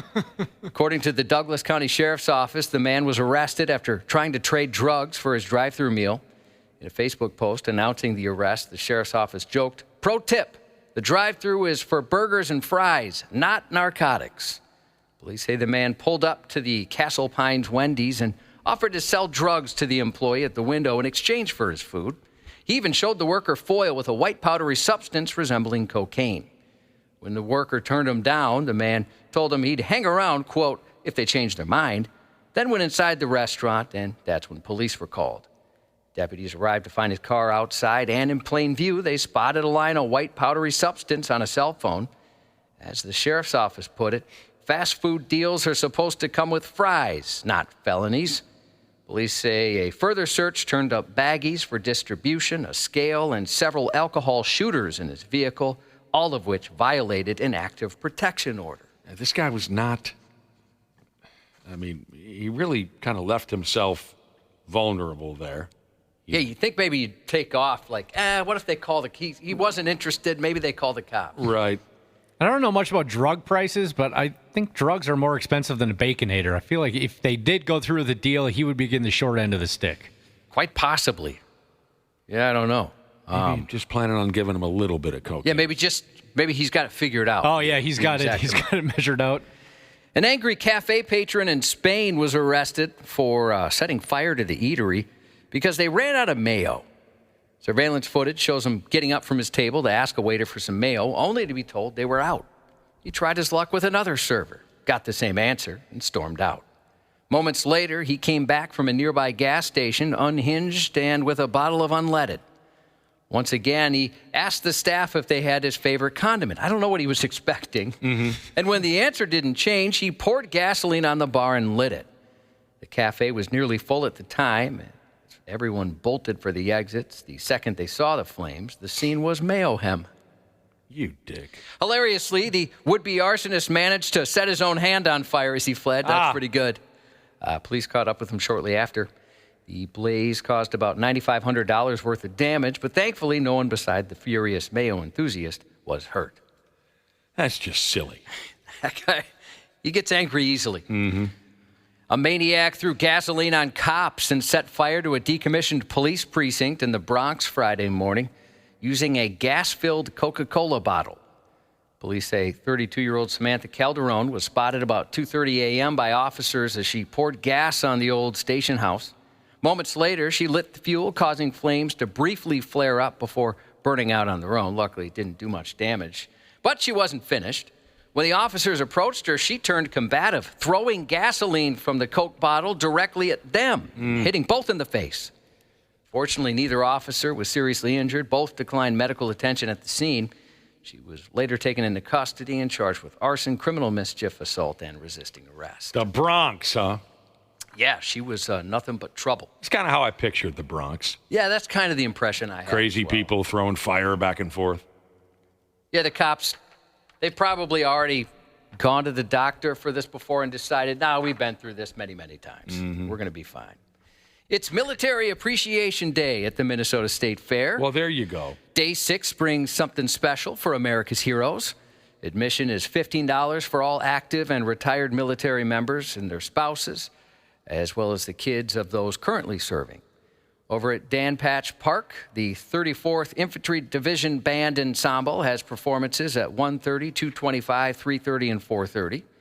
If you love watching talented pups in action, again, it's National Dog Day, You can swing by the Pet Pavilion outdoor demo area where dogs will be showing off their obedience training and racing through agility courses. Man, you won't see my dog over there. 9, 11, 1, 3, and 5 today. It's fast, but it knows nothing of obedience training. I love watching those things. Like where they dive. They send the dogs diving into water and running through those agility courses. That'd be pretty fun to see. For a bit of quirky fun, don't miss the 23rd annual Celebrity Farm Animal Calling Contest at the Moo booth. Kicks off at 12:20 p.m. And while you probably know your zodiac sign, maybe you've always wondered what your fungus sign might be. The University of Minnesota's Department of Plant Pathology has you covered with Mycology Astrology, happening from 3 to 6 p.m. at the Horticulture Building. Now, what the hell does that mean? I don't know. Oh. That just sounded interesting to me. Your fungus sign. My fungus sign. Later on, Def Leppard's back on the grandstand stage for the 6th time. Over at the 93X booth, you'll find the black box that rocks and also glows under a black light. Def Leppard, you say? Yep. The booth is stocked with new gear and chances at Evanescence tickets at the 93X family reunion. You can hang out with Pablo, broadcasting live from 2 to 7 p.m. all week long. And stick around this weekend when JP takes over that broadcast booth. How many years ago has it been now, Josh, since they hit it big with Pyromania? That was 1983. 40-some years. That album changed their career, certainly. Absolutely. And then they made one more good album. And then after that... Well, Hysteria was massive, yeah. After that, they made a couple of songs here and there. Sure. Promises wasn't bad. I like that one. Yeah. Every album has one or two pretty Promises wasn't bad. But, basically, Pyromania and Hysteria were greatest hits album for the most part. Comedian John Mulaney is 43 today. His dad is Robert Pine, who played Ponch and John's boss on Chips. Actor Chris Pine, 45 today. His irresponsible movie parents left him alone twice in just a couple of years. Pizza lover Macaulay Culkin, also 45. And from Mike and Molly, Bridesmaids, and more, Melissa McCarthy, 55 today. We'd like to offer our condolences to Electrician Jesus, a regular listener, a good guy, his family as well.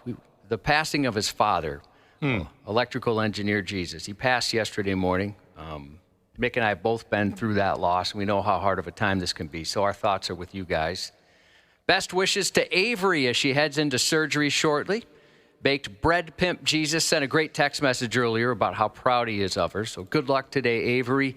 And congratulations to Ellie on move-in day at the U of M from Mom Coffee Needed Jesus. And that's 93X News. And now a Minnesota Twins update. We're talking Twins with former All-Star closer Glen Perkins. On 93X. Play ball! How we doing, Twins fans? Thank you for everything the past couple years, but I'm not going to take it easy for you this series, and we're coming to get you. How's the barking going? Are you still barking? I'm barking a little bit. I got pitched a little better, but the bark is still around, yes. Want to give us one more? So good to see you. Ashley's grade school boyfriend. That's Ashley's grade school boyfriend, Louis Varland, who caught up with the Twins broadcast team last night. Louis now throwing for the Toronto Blue Jays, barking into the microphone for Twins fans here back home. Tuesdays are always very busy around here, but we do enjoy all the company. Let's say hello to every damn buddy. Brand new Star Tribune peon intern Randy Shaver is joining us. You're the lowest man on the roster there at the... Can I get you some coffee? Right. Brand new to the Star Trib. You got to be fetching somebody coffee, right? Oh, for sure. Oh, yeah. Chip Scoggins and all those guys. Yeah, I bring them coffee every day. Send the new guy, they say. Television star Janel Klein is here today. Hello, Janel. Good morning. Comedy icon C. Willi Myles. Good morning. And the new face of the Minnesota, well, not new, but the unrivaled face of the Minnesota Twins broadcast team, Glen Perkins. Live from Canada. Hello, Glenn. Good morning, everybody. Live from Canada. Who's your all-time favorite? Everyone can answer. Who's your all-time favorite Canadian entertainer? Could be music, could be television, movies, whatever. Probably go Jim Carrey. Jim Carrey, famous for the Dumb and Dumber and the Mask and the Ace Ventura. Jim Carrey's not a bad answer. Glen Perkins, your favorite Canadian entertainer? Does anyone come to mind? I was hoping that I was going to get a little bit more time, but I can't say Justin Bieber. I think I would get ridiculed. You can say it. What about your pal Justin Morneau, another Canadian Justin? Yeah. Is he an entertainer, though? I find myself falling asleep when he's on the call. You know what? I'm going to say just for my older daughter, Ryan Reynolds. All right. Good answer. All right. Cubby, Janelle, see Willi Myles, Randy Shaver. Well, I was going to say Ryan Reynolds, but now I'll go Carly Rae Jepsen because she can put out a banger.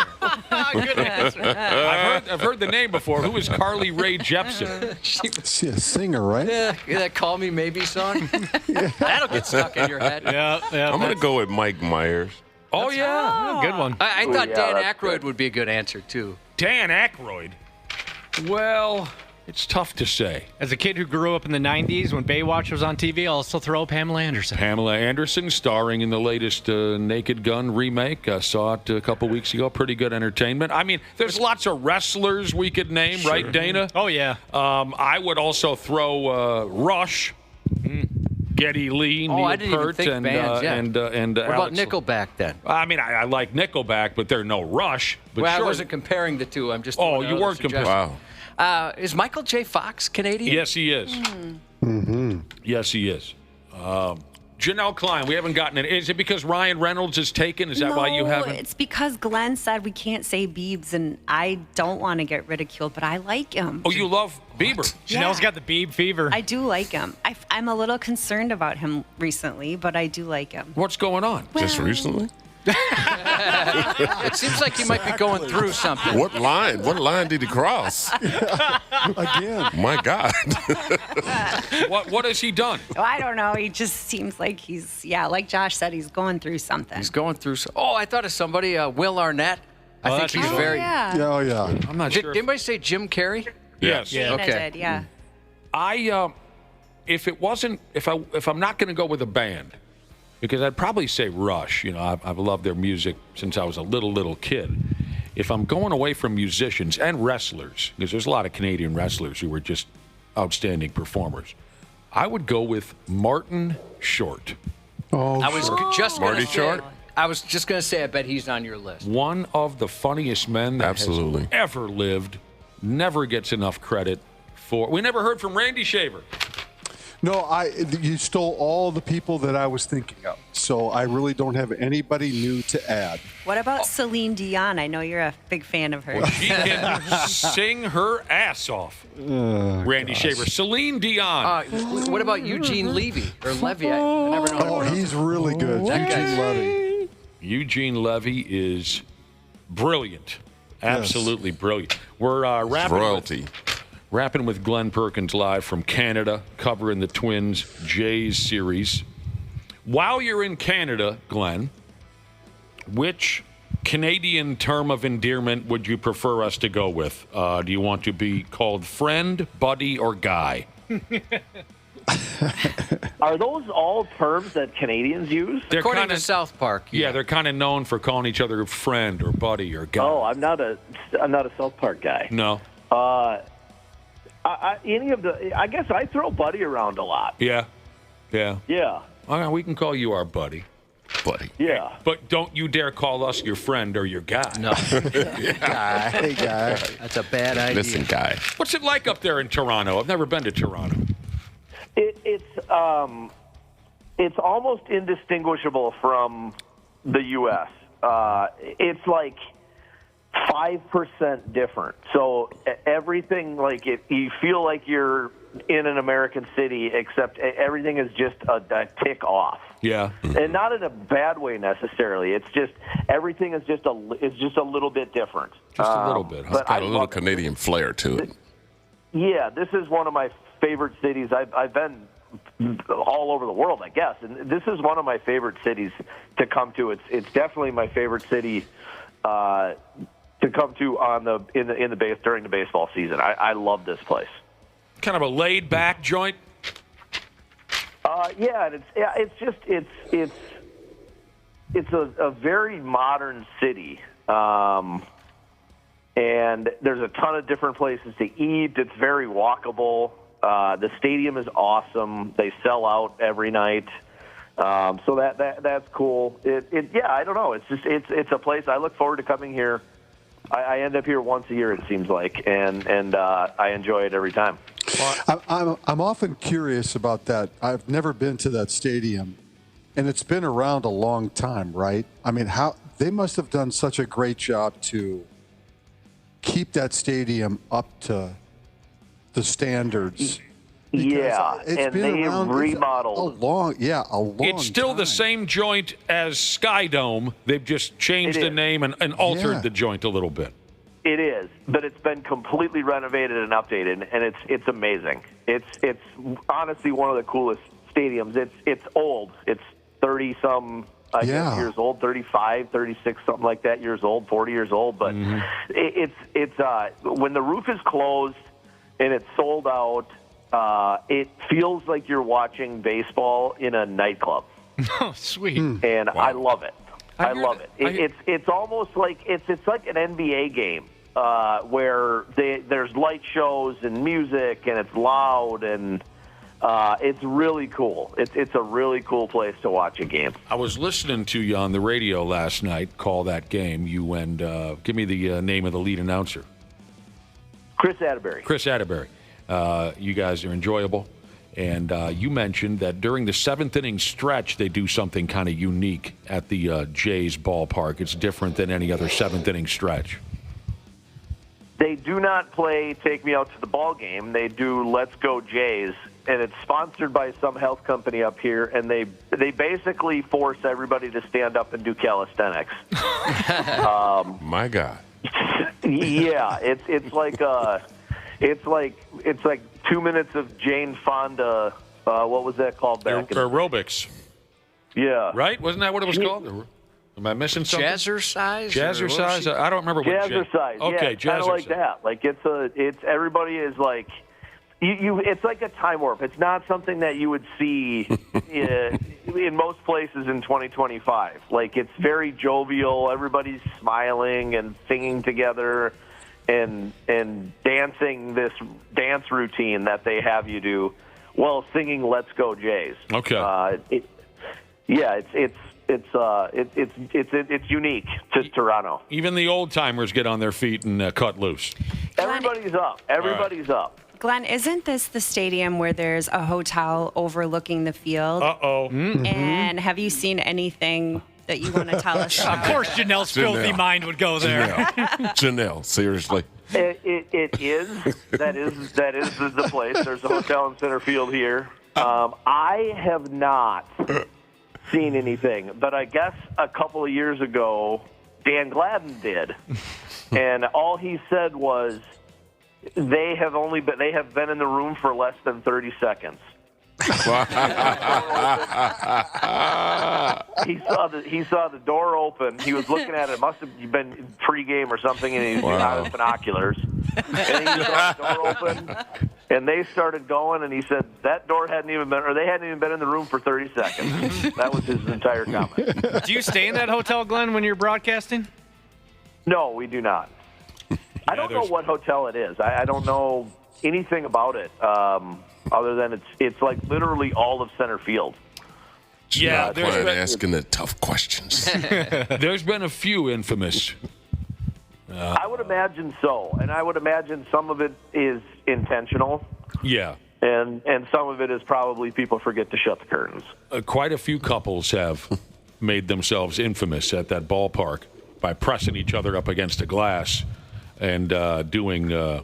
Terrible things to each other, but the one that always stands out to me, and I know Randy Shaver remembers this was early in the lifespan of this ballpark, where some dude pressed his wife up against a glass, for Christ's sake, and everyone in the ballpark could see. He thought the glass was what you couldn't see in from outside. Yes. That's what he told her. What's the term again? He thought it was one-way glass or whatever. One-way glass, whatever. Right. Yeah, he thought you could see out, but you can't see in. And he's just wheelbarrowing his wife around the room. It was just horrible. New guy was in the corner puking his guts out. Oh, man. And they got a pretty good baseball team up there this season. It's too bad. It's too bad, Glenn, as much as you like Toronto, you just got done saying it's too bad you probably won't see great baseball, close baseball games in this series. I could be wrong, but the Jays are they are 30-9 at home. Is that correct? They're better than that. The Jays won for the 30th time in 39 home games, is what I have in front of me. Yeah, they're like 51 and 19 or something at home now. Yeah.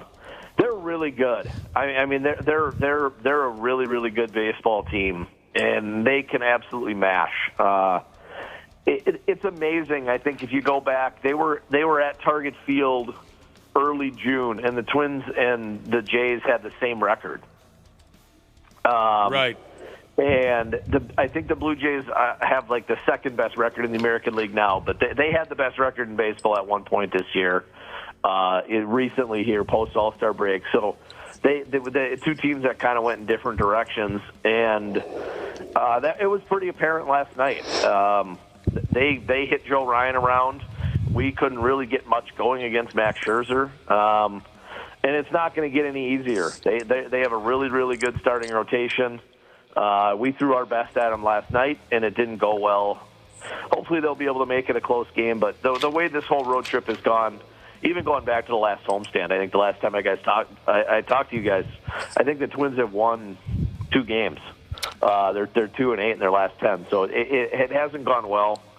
They're not scoring runs. They're not pitching well. They're not getting off to a good start in the game. It seems like they're down a handful of runs before the game even gets started. So it hasn't been pretty.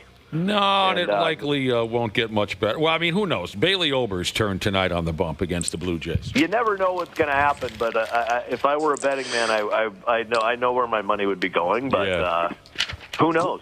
Hey, Glenn, what did you see from Scherzer last night? Because we talked about him yesterday. I think Nick was shocked he was still pitching. I didn't know he was still in the big leagues. And he's still out there. Yeah, he's 41. Throwing, he just knows how to pitch. He's super competitive, and he knows how to pitch. It's almost like he knows what pitch the hitter is looking for, and then he's not going to let him throw that, or he's not going to give him that. Outside of Matt Wallner, who hit 2 absolute rockets off of him. We didn't really do much, but veteran guy that just can add and subtract and mix and match and keep hitters off balance. He did a great job. Yeah, is he Canadian? He's not Canadian. He is not Canadian. Are there he went to Missouri. Okay. He went to Mizzou, but I don't know where he's from. Are there any Canadians on the Blue Jays roster? Well, technically, Vladimir Guerrero. He was born in Montreal. Yeah, because his old man. For the Expos. Yeah, his old man was playing for the. And then the Twins have Eddie Julian. Right. He's from Montreal as well. He's an actual Canadian. There you go, an actual. A regular Canadian. Just a good old-fashioned Canadian. You got that right, buddy. Like maple syrup. Hey, check this out. L.A. Angels manager and one of my favorite former Twins, Ron Washington. Glenn, are you and Ron bros? I don't know Ron at all, actually. I don't know how. Well, he's a little older. I don't know how we haven't crossed paths in some way, shape, or form, but I have a lot of respect for him. He's one of the better baseball men around. I just think he's the coolest cat. I mean, when he was a player. Yeah, I covered him when he was the player for the Twins. It's crazy. When he was a player, he was just this cool-looking cat out there for the Twins. And then as a manager, he's such a character. Now, he, for the very first time, stepped up yesterday and told the media about his health issues this year. He hasn't been on the bench with the Angels since, I think, towards the ass end of June. Yep. And he finally let the cat out of the bag. He is recovering from quadruple bypass heart surgery. 73 years old, oldest manager in baseball. He's not coming back this season. He hopes to have an opportunity next year with the Angels again. He said he should be fully recovered by December. He says he's feeling great. And there's a funny story connected to Ron's situation. He said, first off, what happened to me saved my life. And we've heard those stories before. Someone feels a little off, goes to the doctor, an older person usually. They get a chest x-ray, and that doctor says, you're not going anywhere. We got to do this, this, and this because of blockage and this and that. So Ron said he's now quit pulling heaters. He's changing for now. Yeah. He's changing his eating habits, and he's getting better sleep to try to improve his situation. But when he woke up from the operation, quadruple, how do you say it, Josh? Quadruple bypass heart surgery. When he woke up from the operation, he's a little out of it, obviously, laid out in a hospital bed, all hooked up to medical monitors. He said, I thought I was dead. So I started pulling all of the monitors off of me. A nurse saw him doing this and came running over and grabbed Ron by the hand and said, what are you doing? And Ron said, well, I'm dead, aren't I? Oh, my gosh. And the nurse said, no, you're alive. And Ron said, oh. Sweet. Yeah. Hook me back up then. Let you let me do that. All right then. One last thing. Oh my God, plug that machine back in. He thought it was over, so he started unplugging. What do I need these? I'm dead. If you were dead, you wouldn't have to unplug it, Ron. We do that for you.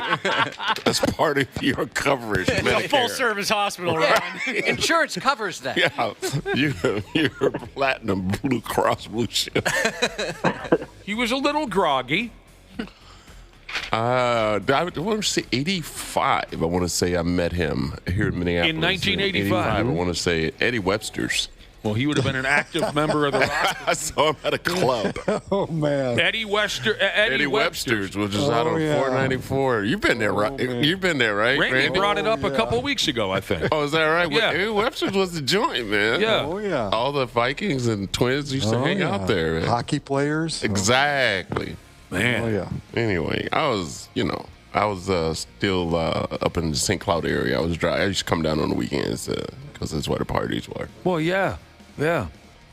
Eddie Webster's, it produced. Would you say that Eddie Webster's produced? Absolutely. Okay, fair enough. Yeah. Not trying to get you in trouble or anything. Oh, no. Really can. She's still driving. Oh. Just wait. Oh, she's listening. We'll get a text. We talked about Big Dumper yesterday, Glen Perkins. We talked about Cal Raleigh yesterday. Now, as of last night, he's reached 50 dongs this baseball season. Fly ball driven. Way back there, left field, take cover.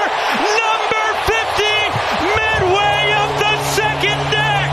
History marches on. For the first time ever, a catcher has hit 50 home runs in a season. It has never been done until right now, until Cal Raleigh. My damn. Wow. He's excited.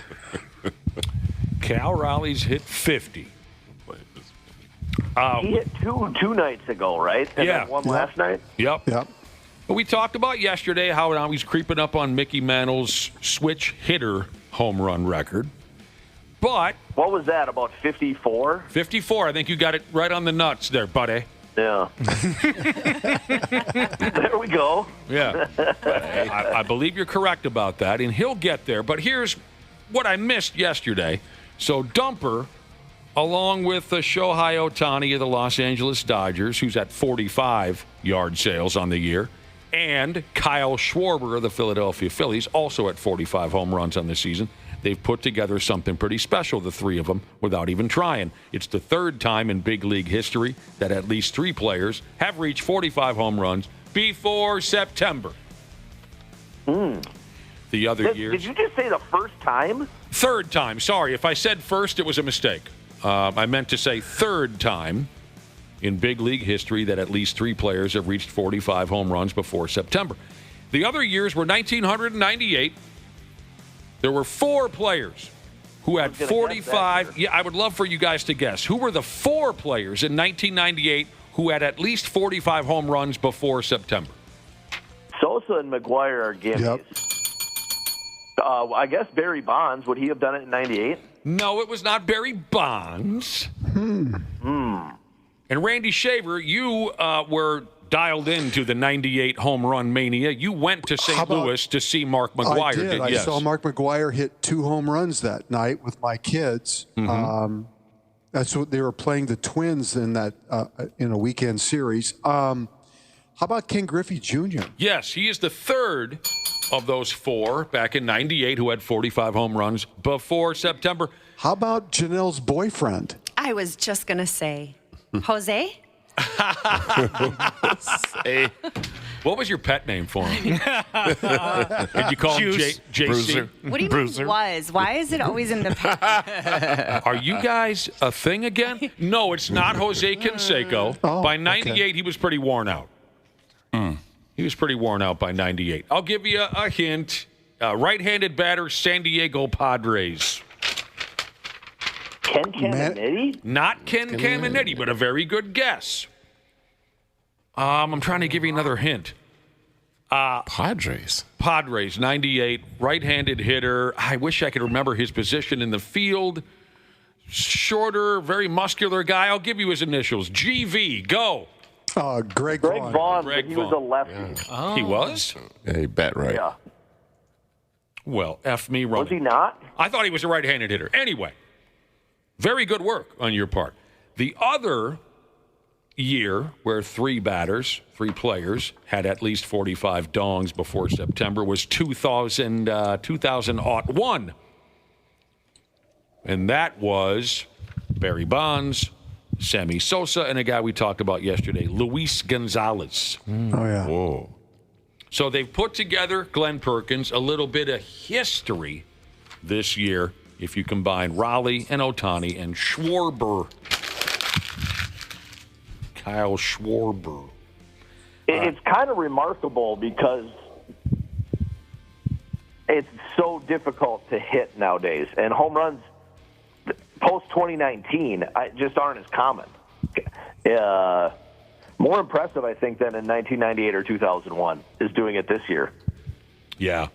I mean, because is that because guys are throwing so much harder than they were even 20 years ago? Yeah, it's just you've got to be a really good hitter, and pitching is better than it's ever been.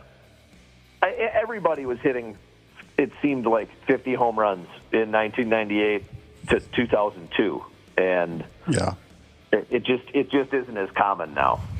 Well, you can't say that pitching is better nowadays. It's because you're no longer in the game, Glen Perkins.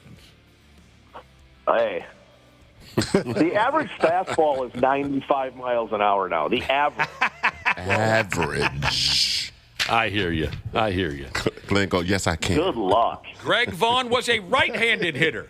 I know. I had to look it up. That's bothering me. You're upside down. You're backwards because you're in Canada. You said everything's just a little off. So. Yeah. Now I need to figure out who I was thinking of Mo Vaughn. Oh, Mo Vaughn, yes. There you go. Yeah. Sure. Got the Vaughns mixed up. Mo Vaughn. Mo Vaughn, lefty. Give him the heater.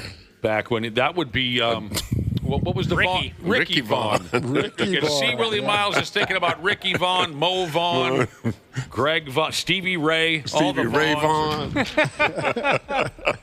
Yeah, Greg Vaughn back in 98. There you go, Glenn. Have fun up in Canada, buddy, and we will talk to you next week. Sounds good. You all have a good week. Thank you very much. Glen Perkins rapping about the Twins. The friggin' miserable Twins.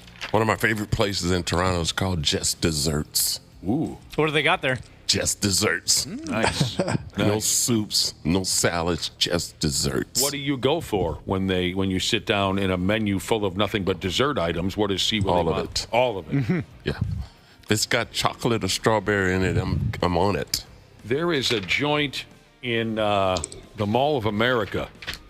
I wish I knew the name. Who served me the most unbelievable banana split I've ever had in my life.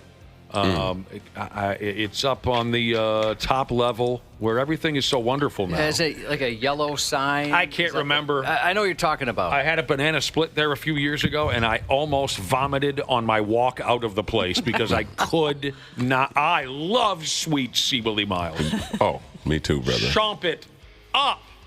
I completely boneyarded Glen Perkins sponsor. I don't have it in front of me or anything.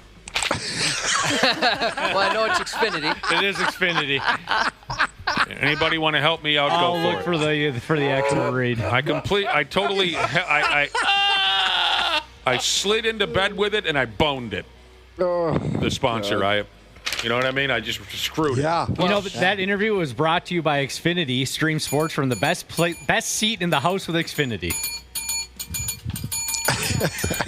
Janelle, Bug-Eye Wagon Jesus has a question. You call your boyfriend Jose. Yes. Is there a Hose B? Whoa. That's too personal. Don't answer that. Well, maybe she's feeling feisty today, and she'll share. Just say it. I thought you were supposed to cover the sponsor before we talked to Glenn. What's your name over there? He did. Usually you do it after. But I don't think that was necessary. We'll talk about That's usually how it goes. We'll talk about it. I need somebody. Season's almost over. I thought that second sponsorship was just out of the kindness of my heart. We'll talk about it. I didn't feel like being kind. Yeah, I wasn't feeling too kind. A lot of folks are talking about a young pitcher for the Cincinnati Reds by the name of Zach Maxwell. He's only pitched one big league game, and that happened a couple nights ago. But some are already saying he has the best nickname in baseball. I think you have to be looking at the guy to really appreciate the name. They call him Big Sugar. It's cute. Sugar. Yeah, they call him Big Sugar. I like the name, but again, I think you need to be looking at. He got a big belly hanging over his belt. He's 6'6", 275 pounds. Sugar Factory. Is that the place you were talking about? Yeah. I think that's it. Oh, God help us. They served me a banana split the size of your mother's ass. Wow. And I could not stop until I nearly puked in front of a birthday party. That's when you puke and go, that was so good. Yeah. Kids crying. Big Sugar, check him out. Yeah, I'm looking at him right now. Yeah, that's the hat looks too small. I bet he loves desserts. He's a big boy. I bet he does. In his very first appearance in the bigs, he struck out 5 batters in 2 innings, and that was some kind of record, I guess. What was funny was after yes, Randy Shea. I'm just trying to figure out who he looks like, Nick. He looks like I got to pull him up again. I'm trying to, I don't know. He looks like somebody that's already played in the majors, and I can't figure out who. Oh, boy. Okay, I'm looking at him now. He's got a very unique look, you know. Again, he's got that boiler hanging down over his belt. Yeah, but I'm looking, Randy Shaver, from a profile, he kind of looks like Bartolo Colon. Yeah, a little bit. His profile is a little Bartono Coloni. How did I say? He's got those Chris Sabo. He's got the Chris Sabo glasses. Yes, he does. He looks. I don't know. I'll figure it out. So what was funny? He seems a little clueless too, Big Sugar. After the game, when the media walked up to him and said, "Hey, bruh, you just struck out 5 batters in 2 innings in your big league debut," and he looked into the camera and said, "Is that good?" And they said, yeah, as a matter of fact, it hasn't happened in 100 years or something like that. Now, some of you might remember this Zach Maxwell, because apparently he gained some kind of internet fame when he was in college pitching for Georgia Tech. There he was on television, you know, preparing to throw a pitch with his glove up to his face, and the camera caught that he had BAMF printed on his glove. Oh, yes. He was asked after the game, what does that stand for? And he said, bad mother effer. Yeah. That's Big Sugar. Big Shug? Yeah. Big Shug. Big Shug. Yeah, he could whoop me. If he's from Alabama, they would call him Tiny. Oh, the old opposite? Yeah, they do all the opposites down there. Is that how they do it? Oh, yeah. Oh, yeah. If you're big, they call you Tiny. I think that Big Sugar could whoop my ass in a banana split eating contest, but I'd like to try. I'd like to try. Sometimes the smaller guys come through. I mean, look at some of the real big, like Kobayashi. Little guy, big eater. Not the biggest guy. But you're not a big eater. I am not. He's a true eater, though. Oh, no. No, that's been debunked many times. No. It's the opposite of that.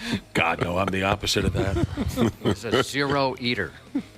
Some folks are texting in saying, Randy Shaver, that Big Sugar looks a little bit like CC Sabathia. Some are saying he looks, this is a good one, some are saying he looks like Eric Gagne. Oh, yeah. I see that. Yeah. Jabba Chamberlain. Joba Chamberlain. Yeah, I don't I thought it see was that. Jabba. Anyway, people are just going to text in, slightly overweight baseball players now, I think, until Wilbur Wood. Sidney Ponsoon. Cecil Fielder. Rod Beck. My buddy Jake from high school. He's a little on the portly side. A little bit. What was the name? Oh, I got it. Terry. I lost it. The baseball player that David Letterman made famous just because he poked fun at him over and over again on the Late Night with David Letterman show about being overweight. Terry Forster. Terry Forster, the pitcher, yes. Were you watching Letterman in the 80s, early 80s, see Willi Myles? No. Okay, there was a relief pitcher for the Atlanta Braves at the time named Terry Forster, and he was a little plump.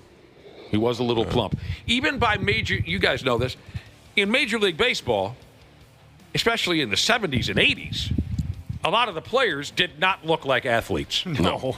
Where now you see, I don't know, for God's sake, you see these guys, baseball players walking down the street. They're these massive, muscular people. That was not the case back then. I think you still have a mix, though, Nick. A little bit. I still think baseball players today, if you were to walk down the street, you would not realize they are Major League Baseball players.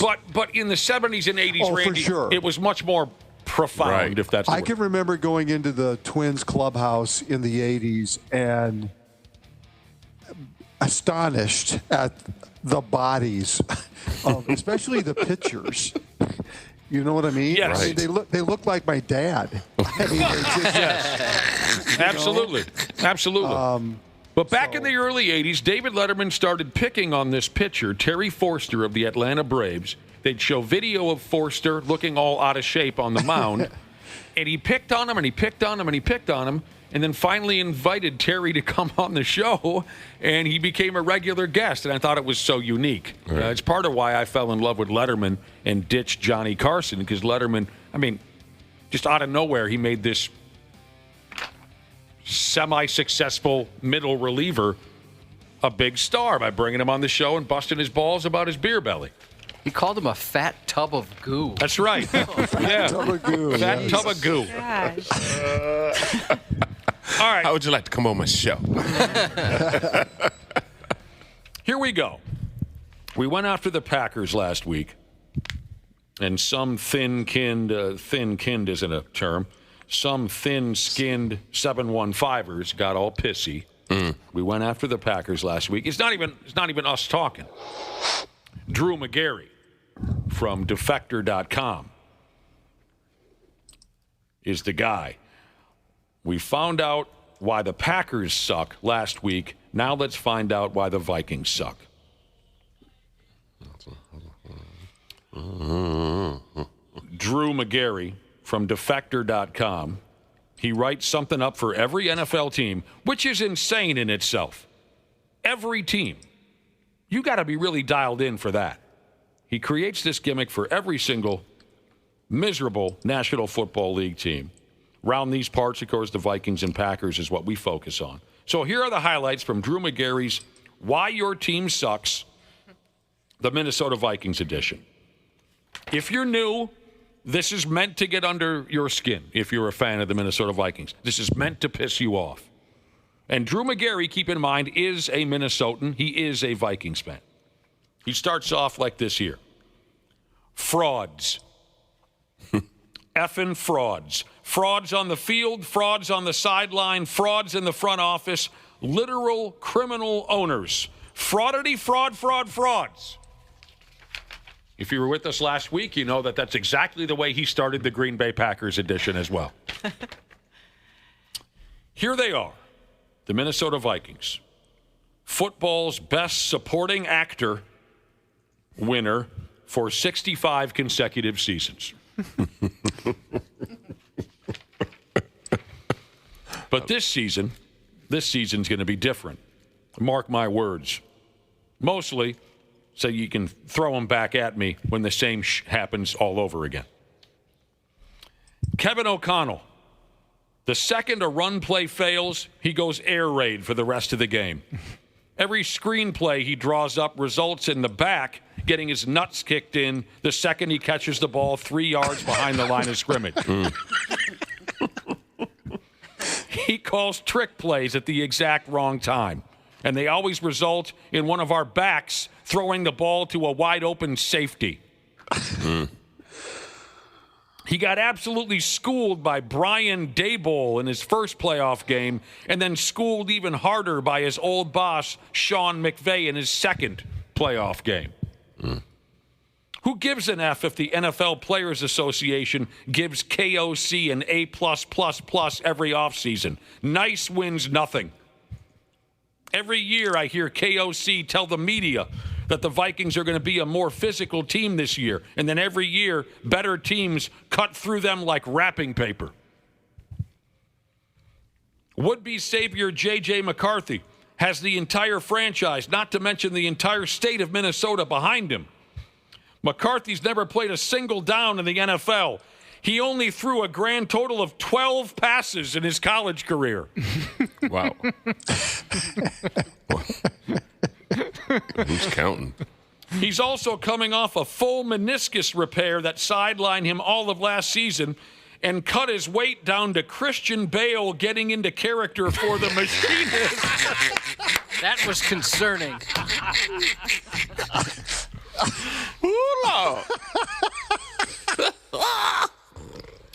He has trouble throwing out-breaking routes, which is exactly the kind of route that Justin Jefferson specializes in. I spent 6 years trying to convince myself that Kirk Cousins would rise above his flaws. I will spend double that amount of time doing likewise with J.J. McCarthy. They elected to roll with that kid over Sam Darnold because they believe in him. Teams believed in Sam Bradford, too. It means nothing. You can do everything right and earn every scout badge from the coaching staff, but you can still suck turds through a straw once the lights come on. Whoa. Through a straw? But I've chosen to ignore all that, Drew McGarry says, because this is the first top 10 quarterback the Vikings have ever drafted. If you cheer for the Jaguars or the Browns, you know firsthand that a top 10 quarterback is a 50-50 proposition at best. No kidding. But my naive ass is sitting here all like, this kid is special. He just has it. The only reason I feel better than ever, I'll get there. The only reason I feel better than I ever have about the Vikings' long-term plan is because this is the first time they've ever had a long-term plan. Please poop on my face.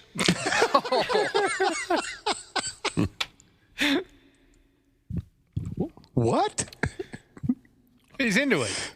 Max Brosmer played 1 season at the University of Minnesota. Fans here will be calling for him to start the second they see McCarthy buckle under pressure. Justin Jefferson and Jordan Addison and Jalen Naylor are all injured or suspended. Jefferson says he'll be ready for the opener at Chicago, but I've met that man's hamstrings before. They're more tender than a slab of Wagyu beef just off the fire. How do I say that? Wagyu? Wagyu?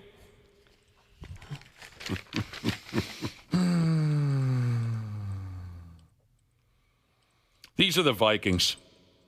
Argument over. The Vikings exist to look good before the gallows floors drop out on them. The only Eagles and Falcons this team will ever beat are the ones that suicide themselves against the stadium's glass walls.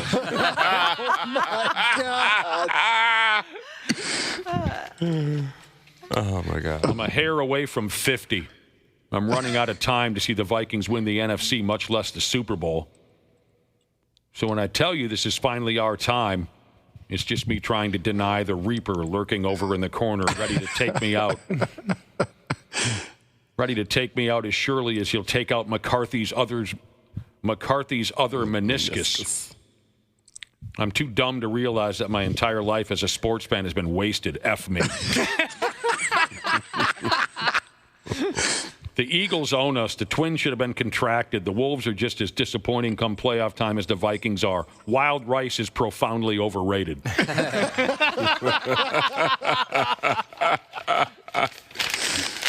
Oh, my God. Oh, the end. The end, exactly.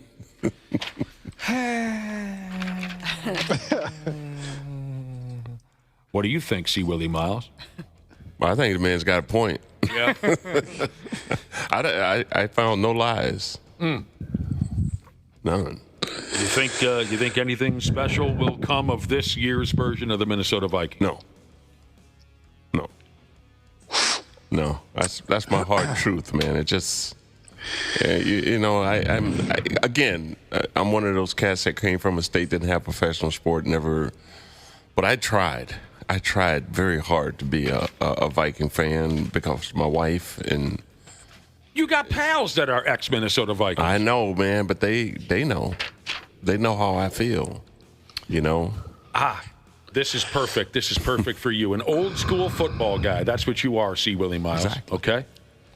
Here's a sign of the times. The place kicker for the University of Hawaii, a kid by the name of Matsuzawa. He's from Japan. First off, he knows every word to every song on the Mr. Big record. Lean into it. But that's not the sign of the times I was referring to. He's been kicking at that school for a couple years. He's done very well for himself. He had never kicked a football until 5 years ago when he was 21 years old. He learned how to kick a football by watching YouTube videos. Mm. That is a perfect sign of the times. And he's an NFL prospect. Hello. Learn to kick a football by watching YouTube videos. They can learn a lot on YouTube. That's true. They call it YouTube University for a reason. Right. Pretty much anything you want to learn, you can get it there. What have you learned on YouTube? You watch videos over there, Josh. You learn how to do this and that techie stuff. Maintain a lawnmower. Replace certain parts. Oh, sure. A lot of audio production stuff. Sure. Some computer literacy things. There's a lot of stuff on there. All right. The Pigs have a hockey season coming up. They're 25th in the league, by God. Isn't that something? Wow. Seems like just yesterday, me and the Big Al. Jeez. Me and the Big Al were at the home opener. And the team is going to put together some, 25th year anniversary type stuff. Good. Mm-hmm. Yeah. Is the NHL still going on right now? Yeah. They're still playing. They're in the semifinal round of the Stanley Cup. Jesus Christ. 25th anniversary stuff coming up this season. Alumni appearances. Now, that's what I get into. Yeah. I like that. There'll be some games on the schedule that will be special 25th anniversary games. Alumni swinging by the joint, giveaways, bobblehead dolls, this and that. Bring back Billy Rob. Billy Rob? Billy Robertson. Yeah. Bill Robertson. Bill Robertson, who's the longtime media guy, the media dining room named after him, Billy Rob. Mm-hmm. Okay. I don't know Billy Rob. Wow. How would I know? I'm shocked that you don't how would know. I know I think Billy? you met him at a golf event that guy. Billy Rob. Is he around? Is he? What happened? Oh, he retired. He's in South I know who you're talking about. I was trying to put together like an ex-player. No. that then moved into the media department. Yes, I know the guy you speak of.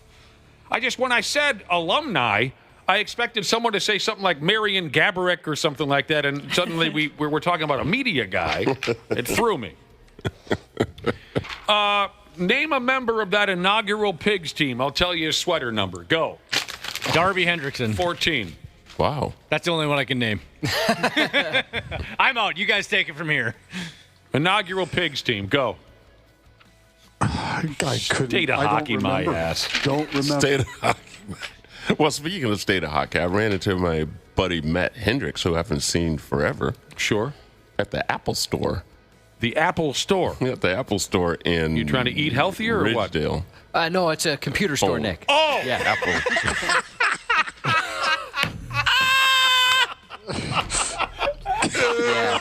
Yeah. Like your phone. Apple, man. Oh, no. Yeah. Oh, no. Where you at, a fruit store?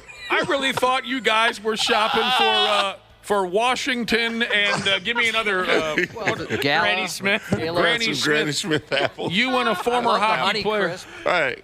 At the Apple Store. I better start learning something on YouTube. Right. Yeah. How is oh my God. How is your pal doing? Oh, he's doing good, man. Hendricks. Yeah, he's funny guy. You're a funny guy. Manny Fernandez, 35. Brian Rolston wasn't on the original roster, but I'll say 12. These are people texting in with Pigs players. Richard Park, 18. All right. Well, I made a jackass out of myself there. A hockey, my Josh, how the hell? I really thought they were at a bunch of fruit baskets sitting in front of them. See Willie in there rubbing an apple on his shirt. Right, cool. Yeah, this is a good one. We got Jim Dowd, 34. We got to get going. Randy Shaver, thanks very much. You'll be teaming up with your bro Brad Ryder tomorrow, okay? Sounds good. All right, we'll be back with more from C. Willi Myles and Janel Klein here in a few minutes on the program. The 93X Half-Assed Morning Show. Hey friends, Dana here. And yeah, sure, we got plenty of summer left, but we all know what comes next when the weather shifts from crotch soup season to frozen shriveled peas season. That's why I love my pals at Standard Heating and Air Conditioning. It's the perfect time to get them out and take a peek at both your AC and your furnace. Book your AC tune-up by August 21st and save $45 or save $90 when you bundle both. It's the early bird deal and it's the way to go for peace of mind on both ends. Go to standardheating.com and make sure to mention 93X when you book. Hey there, I'm Paula Pant, host of the Afford Anything podcast. I help people make the smartest money decisions possible because let's face it, money's too important to wing it. From investing strategies to economic trends to savvy travel, lifestyle design, and beyond, we're in this journey to financial independence together. Remember, you can afford anything, just not everything. So, afford anything. Follow and listen on your favorite platform. And now, KARE 11's Janel Klein, sponsored by Luther Bloomington Kia. Yeah, here we are. Thanks so very much for listening to what we call around here the 93X Half-Assed Morning Show. Janel Klein is here. So is C. Willi Myles. Janel, thanks very much for your help and support at our fundraiser last Friday at the YZ American Legion, and we hope you had fun. I had a blast, and I'm just so excited for how much money was raised. Your wife did an awesome job, Randy's wife. It was just very well done. Yeah, everybody worked hard, and we ended up, from what I understand, pulling 10 grand down for Randy Shaver's Cancer Research Fund. So thank you very much for being there. It was great. Met a lot of nice people. Everyone was pretty nice. Yeah. Pretty friggin' nice. Well, you was out in the YZ. Yeah. Well, you used to live there, right? Absolutely. Yeah, see, Willi Myles knows the streets of YZ. Yeah, I used to hang out. I used to walk them streets. Mm-hmm. Mm-hmm. Yeah, it was nice to have a one-time pass to go to YZ. They usually don't let me in city limits unless I'm volunteering. I'll tell you what, it was something. Okay. You know, a listener tried to start an argument earlier. Did a pretty good job at it, actually. He did a good job of starting the argument, did he not, Josh? Real good job. But it didn't really go anywhere. It ended up being very one-sided. We have a lot of fun around here with our text machine. Our listeners like to try and start text arguments.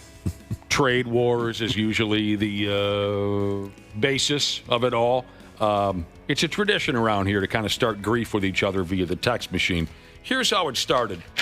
A listener texted in and said, factory work is harder than construction. It's all physical. So this individual is saying it has that in common with construction work. Factory work is very physical. But what makes it harder than construction, you don't get time off for rain and snow. That was the spark that started the argument. The guy just wanted to start trouble. But like I said, it was very one-sided.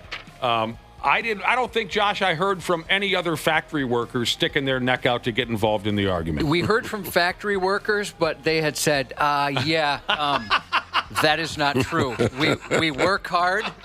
We put in a lot of hours. It's not easy, but they don't agree with the person that sent that text. It was very one-sided. Here are some of the responses on text. One individual texted in and said, oh, yeah. Working a set schedule with 2 15-minute breaks and a 30-minute lunch is way harder than working 16 hours a day over 400-degree asphalt while holding in my Red Bull and potato chips, praying there's a decent porta potty nearby so I can sit for 2 minutes. This person said, I pushed a wheelbarrow full of concrete a total of 3.5 miles the other day, but please go on about how hard your factory job is. All right. There were some people who didn't want to really choose a side. One listener said, I've done both. And I would say that construction is more physically exhausting, but factory work is more miserable. True.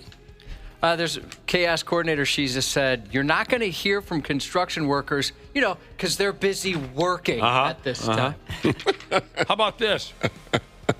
I'm a 10-year construction vet. Commercial demo, bud. Oh, dude. Oh, right. Bud kind of hurts. Sometimes when a guy dumps bud in there like that, that means he's pissed off. Right. You, Josh, you used to know a guy that when he was pissed off, you knew it because he would text you and call you bud. That's right, bud. Yeah, when you hear bud, that means on site. Right. This guy says, enjoy your little roof. Factory workers are sissies. Another says factory work requires no skill, just mundane repetition, punk bitches. And a lot of people commented that, hey, you're indoors. We're working in the elements. And plenty of construction workers said, we don't get time off for rain. And we put on a rain jacket. There's hail. We put on a helmet. Like, they go out there and do their thing. I work at a factory, says another listener. That guy needs to grow up. Dana could do factory work. That saves something. Dang, Dana's out here catching strays. I've done factory and construction work, as listener says. The worst thing about factory is the low IQ of everyone around you. I'll say this. Wow. These arguments are always fun. This one, a little one-sided, fine. Yeah. It happens. I'll say this. Before I got into radio, I worked a couple, 3 different kind of factory jobs. And I mean, sure, we worked our balls off at times, but we had so much fun. The setting was so over the top, out of control. Right. I loved it. Yeah. Loved it.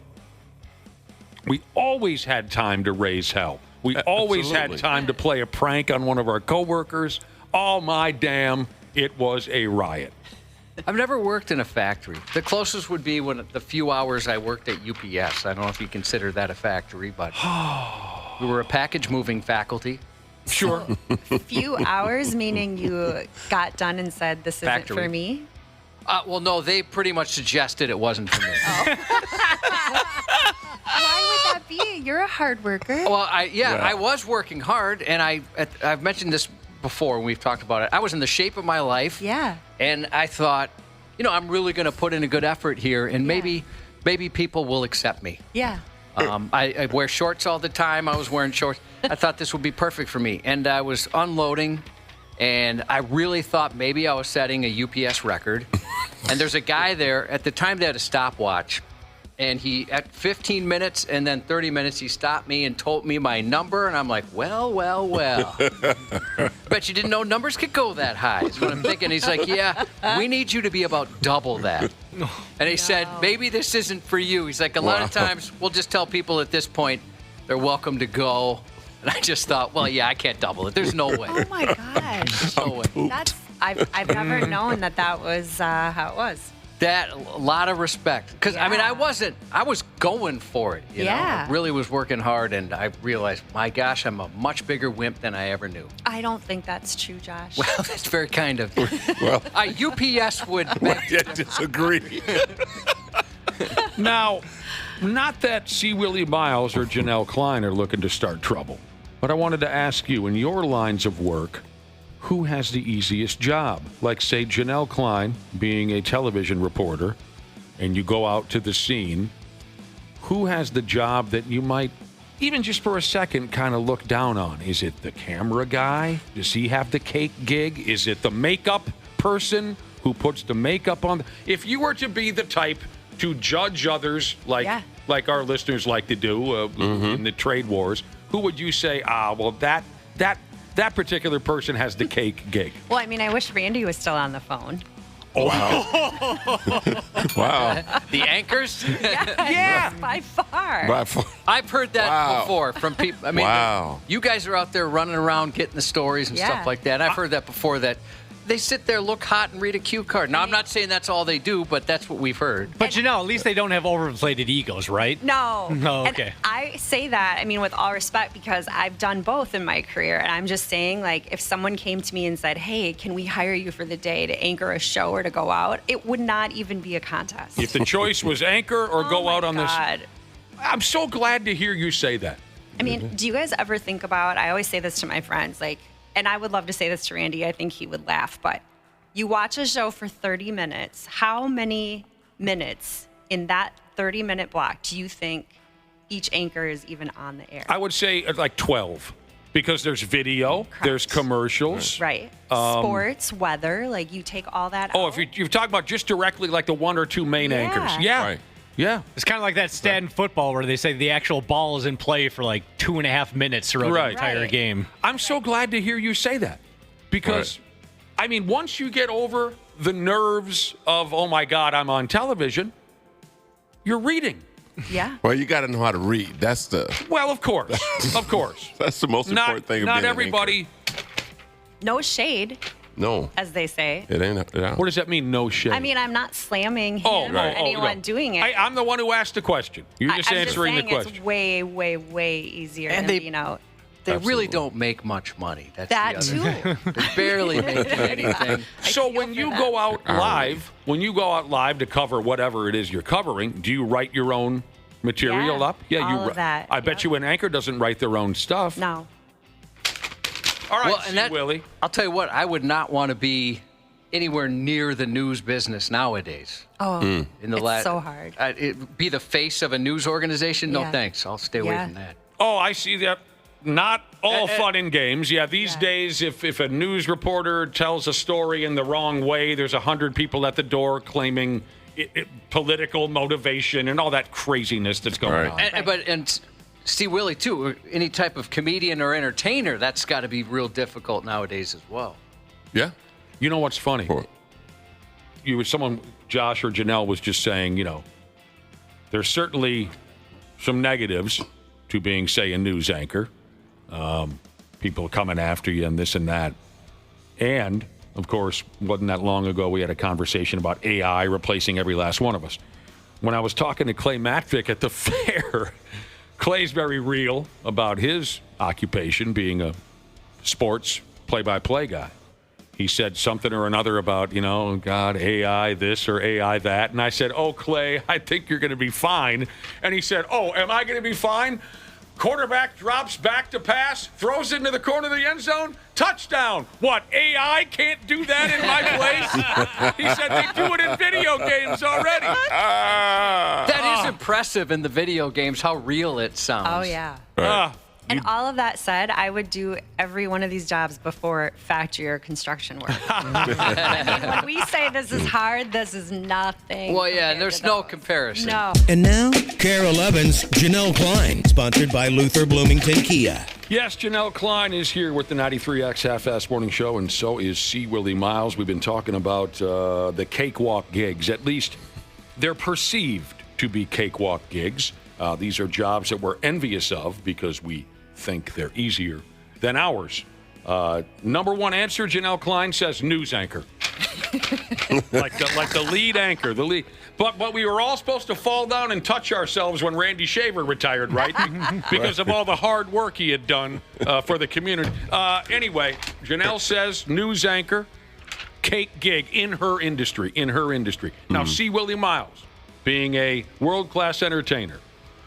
What would you say is the gig you're slightly envious of because you perceive it to be easier? Like the club owner, the sound guy, what would you say? Your agent.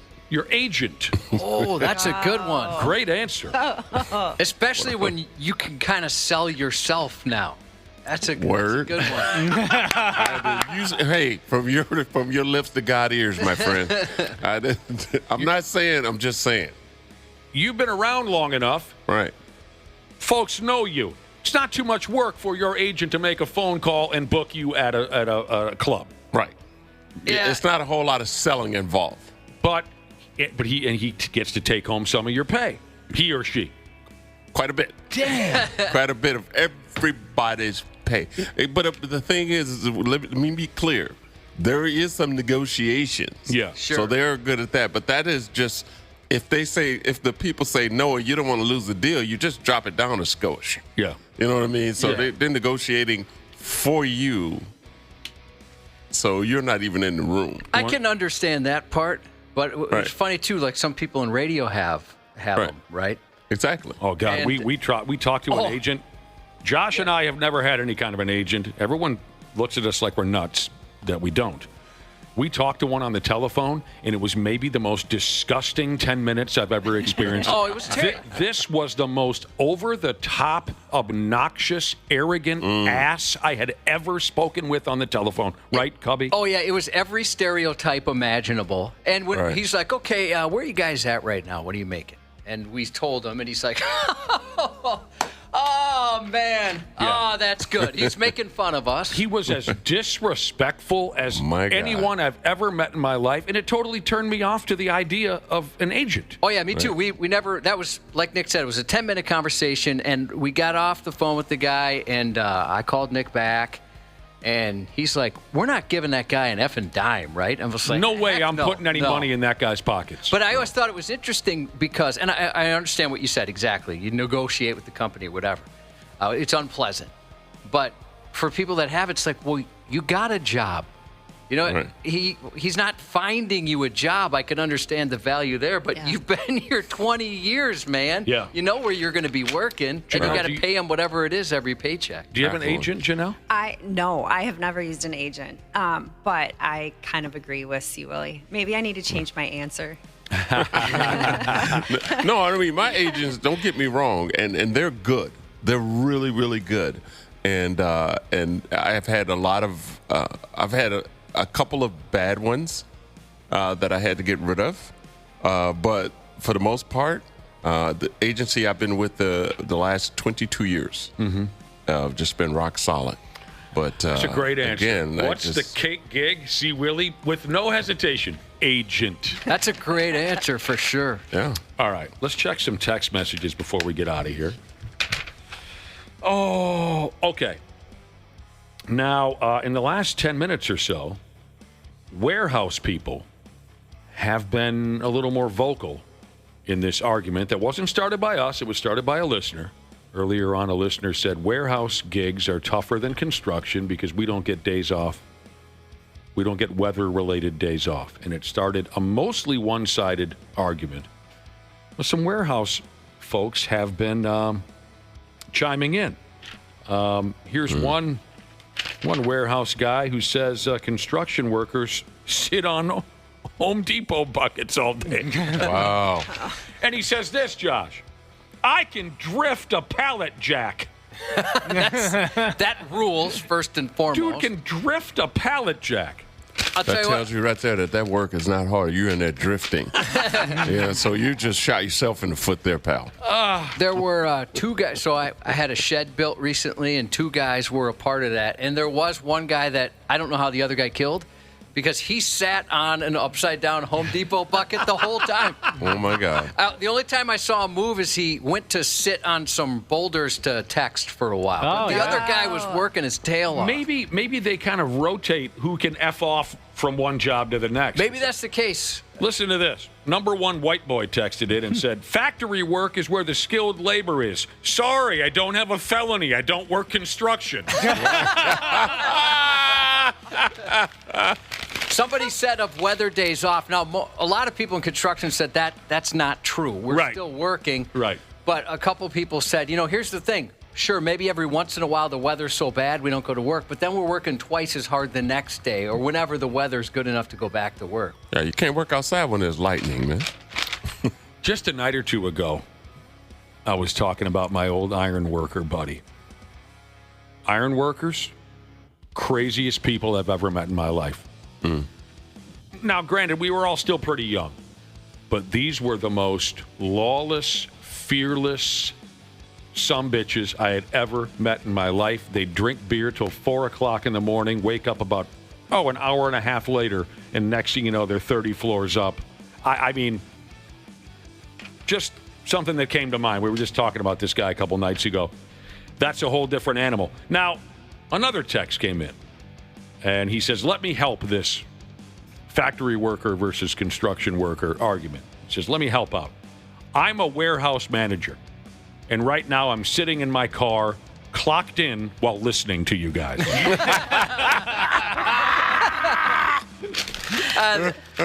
So, okay, back to the gentleman building my shed and the guy sitting on the bucket. See, Willie, I guess the guy on the bucket was the other guy's agent. Without a doubt. Without a doubt. He got him that gig.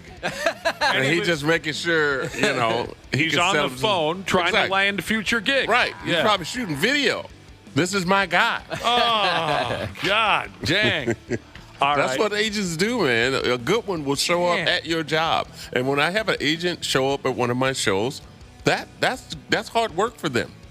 Because they got to get out from the office and drive. My God. Come to your show and get a free ticket. They don't pay to come in. Right off the mileage and gas they use to get there. Right. Text you and say, hey, I'll be at your show tonight. And Hard you know work. what that means. Put me a comp ticket. And a meal. Hard work. They eat a steak, a couple of whiskey cokes.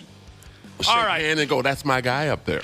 Before we go, Janel Klein, the pressure is on you. Oh, no. Do it. A text message from El Gato Jesus. He wants an answer. I mean, he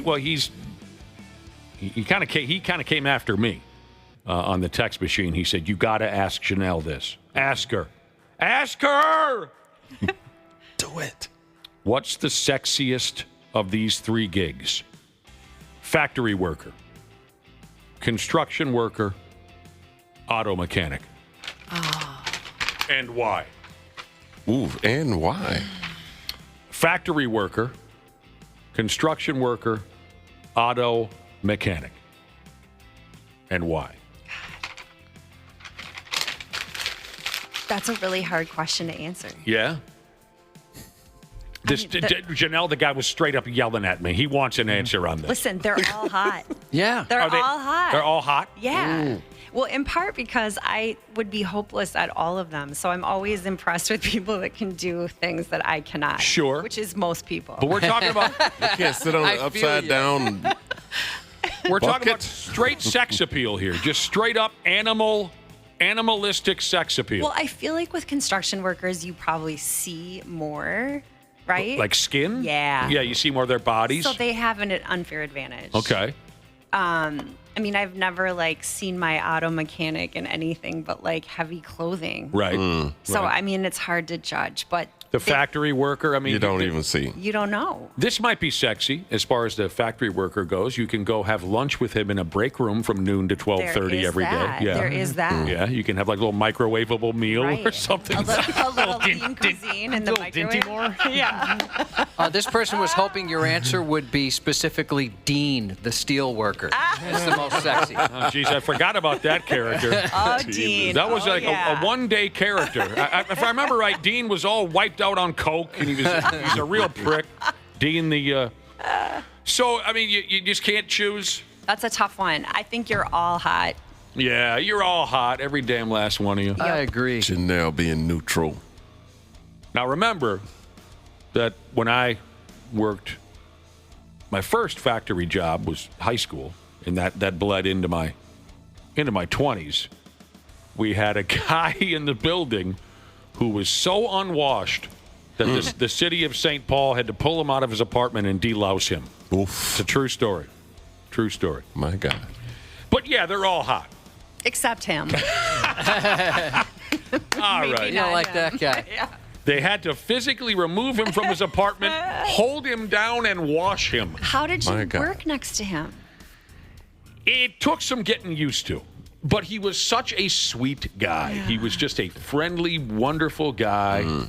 But he looked, and listeners are saying, yeah, we know, but just maybe Janelle hasn't heard it before. He looked exactly like Leatherface from the Texas Chainsaw Massacre movies. Wow. He was a frightening, filthy, filthy person. But he was just a lovable dude. I don't know why he never wanted to wash himself, but he did not. And those were great days. God, those were fun days. Oh, Jesus, look at the time. My God, we got to get... Look at that working overtime. Such hard work. Yeah. Give us a little credit for our hard work. That's free time. You don't get paid for that. Thanks, C. Willie. Thanks, Janelle. Thanks, you guys. Dance Dad Jesus texting a shout-out to his daughter, Greta, starting her senior year in high school. Hope it's a great year. Congratulations to 2 pumps and a squeeze. Jesus' dad, 1,000 days sober today. That's great. Happy 35th to Muscle Dilf Dad Jesus. Just muscled Dilf Jesus. Muscled Dilf. Getting ready for his birthday tradition today. Once he gets out of work, he's going to get in a sick birthday pump. And then he's going to hit up the fair. Hope it's a great birthday. A sick birthday pump. No, I've never had one of those. 93X Half-Assed Morning Show. 93X. Hey friends, Dana here. And yeah, sure, we got plenty of summer left, but we all know what comes next when the weather shifts from crotch soup season to frozen shriveled peas season. That's why I love my pals at Standard Heating and Air Conditioning. It's the perfect time to get them out and take a peek at both your AC and your furnace. Book your AC tune-up by August 21st and save $45 or save $90 when you bundle both. It's the early bird deal and it's the way to go for peace of mind on both ends. Go to standardheating.com and make sure to mention 93X when you book.